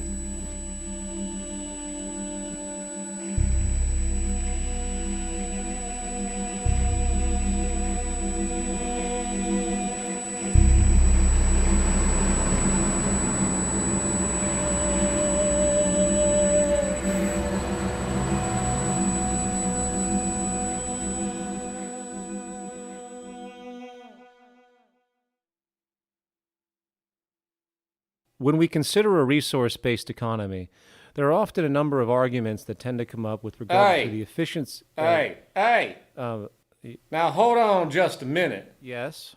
I know what this is. This is called Marxism, buddy. Stalin killed 800 billion people because of ideas like this. My father died in the gulag. Hold on. Communist, fascist. You don't like America, you should just leave. All right, everybody just calm down. Death to the New World Order. Death to the New World Order. And as the irrationality of the audience grew, shocked and confused, suddenly the narrator suffered a fatal heart attack. And the seemingly communist propaganda film was no more.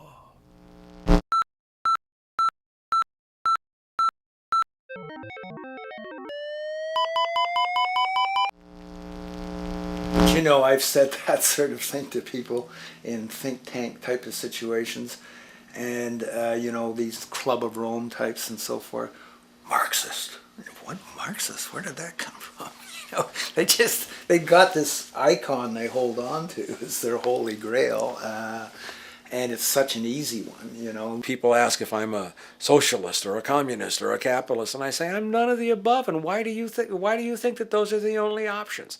All of those political constructs were created by writers who assumed that we lived on a planet of infinite resources.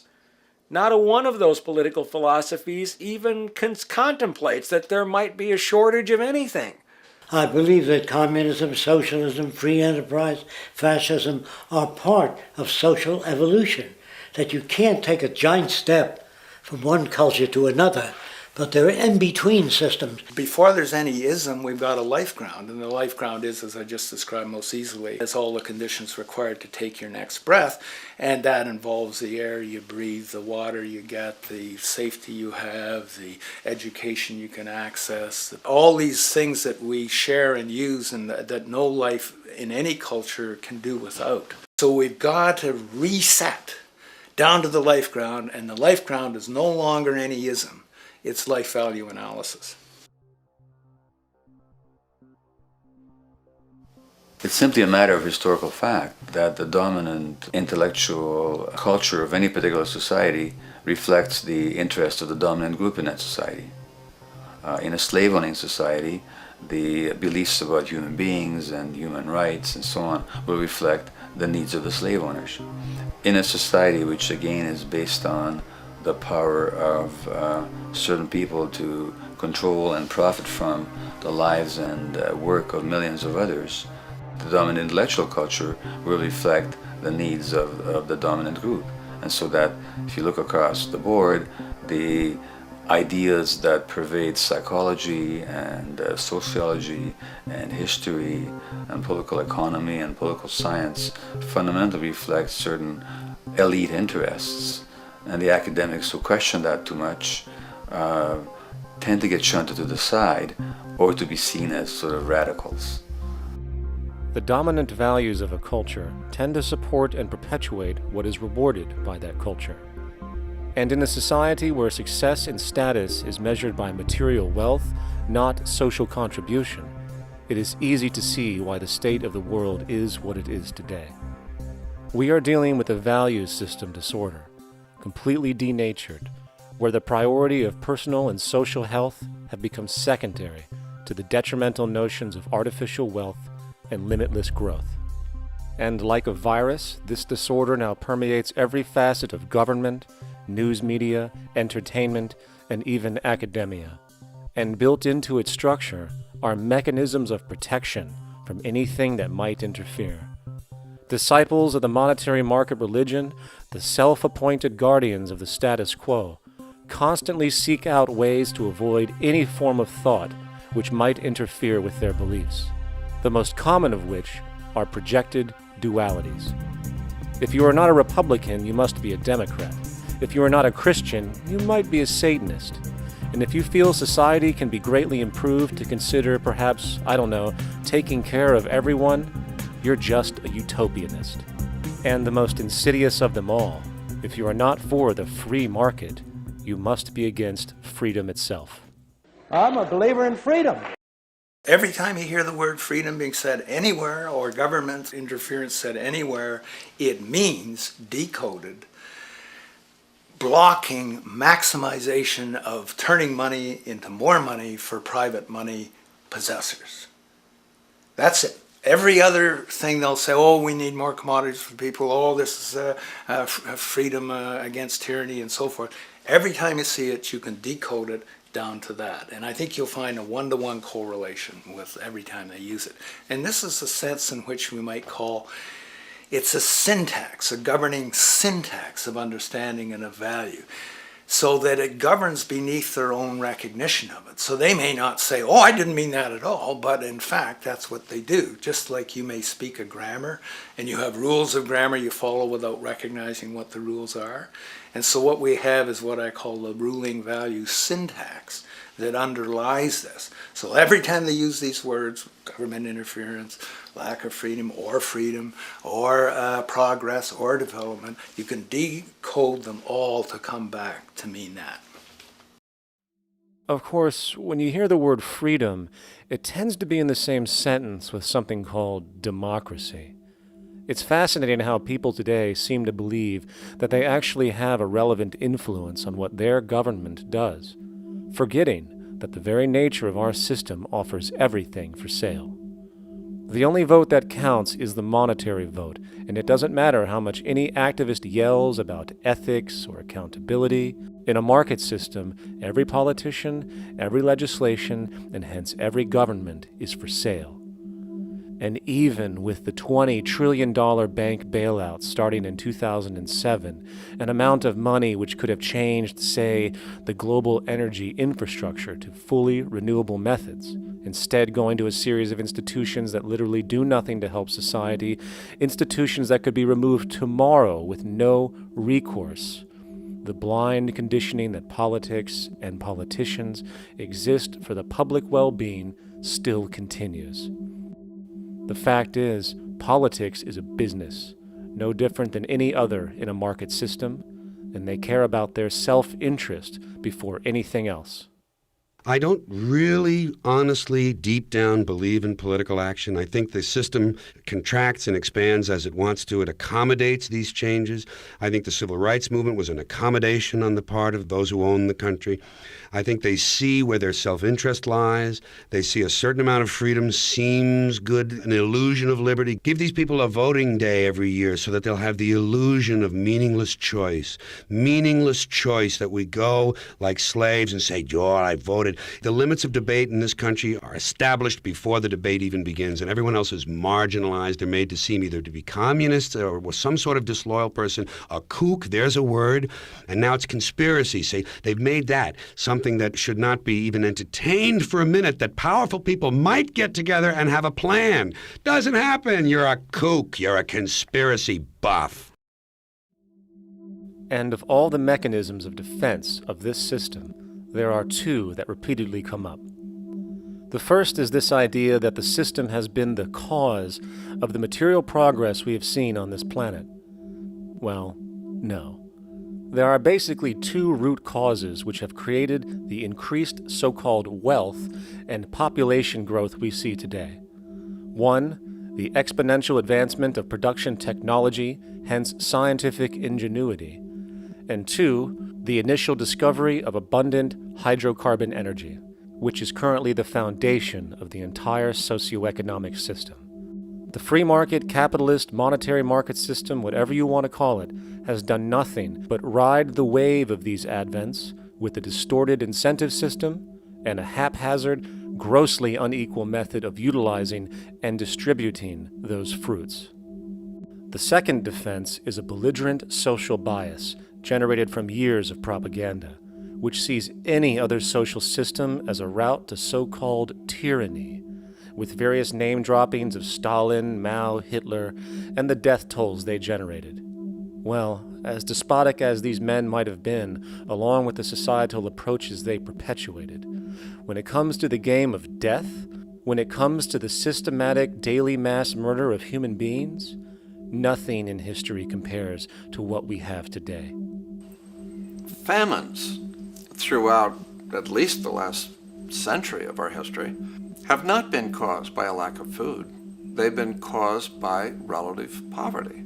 The economic resources were so inequitably distributed that the poor simply didn't have enough money with which to buy the food that would have been available if they could have afforded to pay for it. That would be an example of structural violence. Another example, in Africa and some other areas, but I'll particularly focus on Africa, tens of millions of people are dying of AIDS. Why are they dying? It's not because we don't know how to treat AIDS. We have, millions of people in the wealthy countries are getting along remarkably well because they have the medicines that will treat it. The people in Africa who are dying of AIDS are not dying because of the HIV virus. They're dying because they don't have the money with which to pay for the drugs that would keep them alive. Gandhi saw this. He said the deadliest form of violence is poverty. And that's absolutely right. Poverty kills far more people than all the wars in history, more people than all the murderers in history, more than all the suicides in history. Not only does structural violence kill more people than all the behavioral violence put together, structural violence is also the main cause of behavioral violence.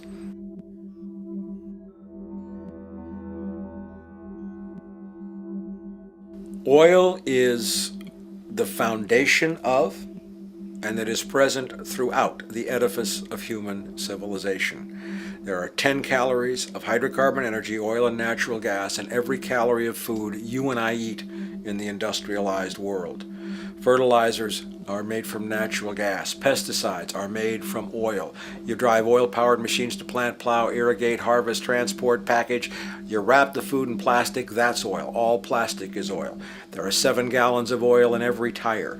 Oil is everywhere. It's ubiquitous. And it's only because of oil that there are 7 billion people, or almost 7 billion people on this planet right now. The arrival of this cheap, easy energy, which is equivalent, by the way, to billions of slaves working around the clock, changed the world in such a radical way over the last century, and the population has gone up 10 times. But by 2050, oil supply is able to support less than half the present world's population in their present way of life. So the scale of adjustment to live differently is just enormous. The world is now using 6 barrels of oil for every barrel it finds. 5 years ago, it was using 4 barrels of oil for every barrel it finds.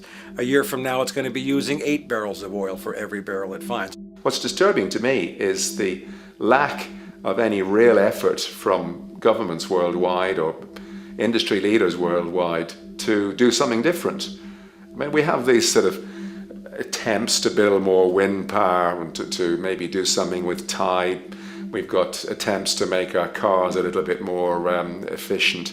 But there's nothing which really looks like a revolution coming along. These are all pretty minor. And that, I think, is pretty frightening. And the governments who are driven by these economists who don't really appreciate what we're talking about are trying to stimulate consumerism to restore past prosperity in the hope that they can restore the past. They're printing yet more money lacking any collateral at all. So if the economy improves and recovers and growth, the famous growth comes back, it'll only be short-lived because within a short period of time, counted in months rather than years, it'll hit the supply barrier again. There'll be another price shock and a deeper recession. So I think we go into a series of vicious circles. So you have the economic growth going up, price spike, everything shuts down, that's where we are now. Then it starts to come up again. But what we have now is this area where there's no more ability to produce cheap energy. We're at the peak. We're on the downslope of oil production. No way you're going to get any more out of the ground any faster, which means that things shut down. The price of oil drops, which it did in early 2009, but then as you have an ersatz so-called recovery, the price of oil starts to come back. It's recently been hovering around $80 a barrel, and what we see is at $80 a barrel now, with the economic and financial collapse, people are having a hard time affording that. World oil production right now is about 86 million barrels a day. Over 10 years, you're looking at roughly 40 million barrels a day having to be replaced. There's nothing around which can come even within 1% of meeting that sort of demand. If we don't do something pretty quickly, there's going to be a huge energy deficiency. I think the big mistake is in not recognizing a decade or so ago that a concerted effort needed to be made to develop these sustainable forms of energy. I think that's something our grandchildren will look back on with total disbelief. You people knew that you were dealing with a finite commodity. How could you possibly have built your economy around something which was going to disappear? For the first time in human history, the species is now faced with the depletion of a core resource central to our current system of survival. And the punchline of the whole thing is that even with oil becoming more and more scarce, the economic system will still blindly push its cancerous growth model, so people can go out and buy more oil-powered cars to generate GDP and jobs, exacerbating the decline. Are there solutions to replace the edifice of the hydrocarbon economy? Of course. But the path needed to accomplish these changes will not manifest through the market system protocols required, since new solutions can only be implemented through the profit mechanism. People are not investing in renewable energies because there is no money in it in both the long and short term, and the commitment needed to make it happen can only occur at a severe financial loss. Hence, there is no monetary incentive, and in this system, if there's no monetary incentive, things do not happen. And on top of it all, peak oil is just one of many surfacing consequences of the environmental social train wreck gaining speed today. Other declines include freshwater, the very fabric of our existence, which is currently showing shortages for 2.8 billion people, and those shortages are on pace to reach 4 billion by 2030. Food production, the destruction of arable cropland, from which 99.7% of all human food comes from today, is occurring up to 40 times faster than it is being replenished. And over the last 40 years, 30% of the arable land has become unproductive. Not to mention that hydrocarbons are the backbone of agriculture today, and as it declines, so will the food supply. As far as resources in general, at our current patterns of consumption, by 2030 we will need 2 planets to continue our rates. Not to mention the continual destruction of life-supporting biodiversity, causing extinction spasms and environmental destabilization across the globe. And with all of these declines, we have the near exponential population growth, where by 2030 there might be over 8 billion people on this planet. Energy production alone would need to increase 44% by 2030 to meet such demand. And again, since money is the only initiator of action, are we to expect that any country on the planet is going to be able to afford the massive changes needed to revolutionize agriculture, water processing, energy production, and the like, when the global debt pyramid scheme is slowly shutting the entire world down? Not to mention the fact that the unemployment you currently see is going to become normality due to the nature of technological unemployment. The jobs are not coming back. And finally, a broad social perspective. From 1970 to 2010, poverty on this planet doubled due to this system. And given our current state, do you honestly think we will see anything less than more doubling, more suffering, and more mass starvation? There is not going to be any recovery. This is not some long depression that we're someday going to pull out of. I think the next phase we're going to see after the next round of economic collapse is massive civil unrest, when employment checks stop being paid because the states have no money left. And when things get so bad that people lose confidence in their elected leaders, they will demand change if we don't kill each other in the process or destroy the environment. I'm just afraid that we might get to the point of no return. And that bothers me no end. We do all we can to avoid that condition. It's clear that we're on the verge of a great transition in human life. That what we face now is this fundamental change of the life we've known over the last century. There has to be a link between the economy and the resources of this planet, the resources being, of course, all animal and plant life, the health of the oceans and everything else. This is a monetary paradigm that will not let go until it's killed the last human being. The in-group will do all it can to stay in power. And that's what you got to keep in mind. They'll use the Army and Navy and lies or whatever they have to use to keep in power. They're not about to give it up because they don't know of any other system that will perpetuate their kind.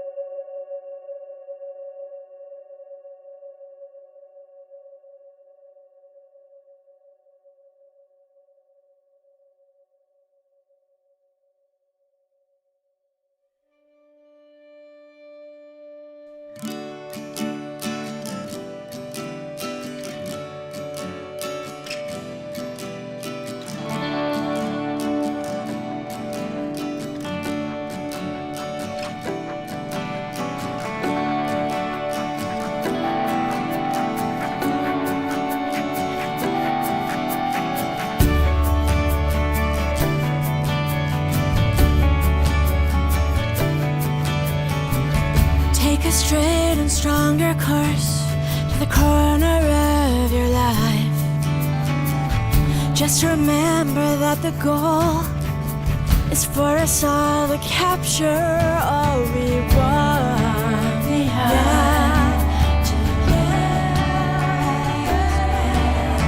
Don't surround yourself with yourself. Move on back to squares. Send an instant karma to me, and I shall live with love and care for yourself. 'Cause it's time and time with your time, and its news is captured for the queen to use.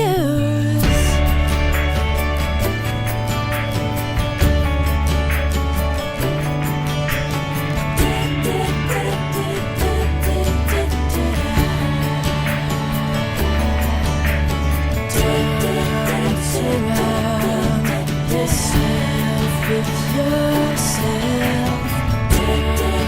Surround yourself.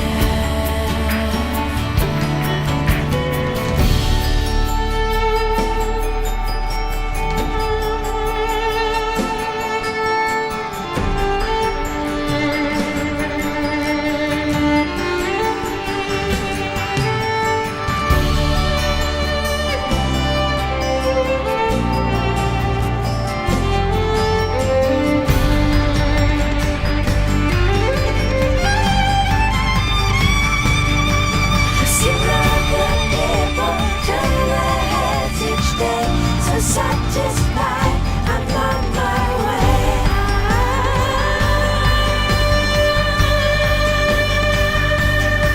I see all the people turn their heads each day. So satisfied, I'm on my way.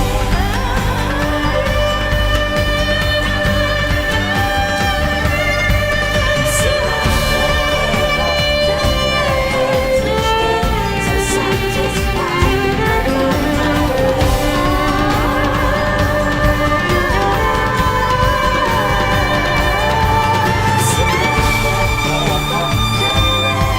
each day. So satisfied.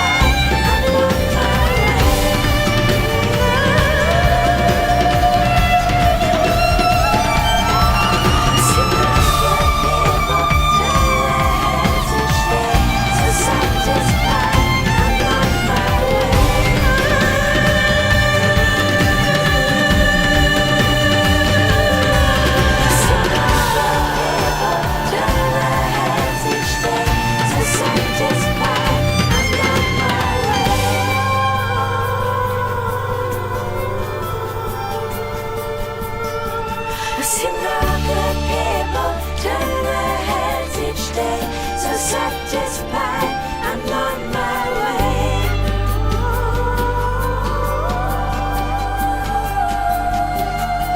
I see no good people turn their heads each day. So satisfied, I'm on my way.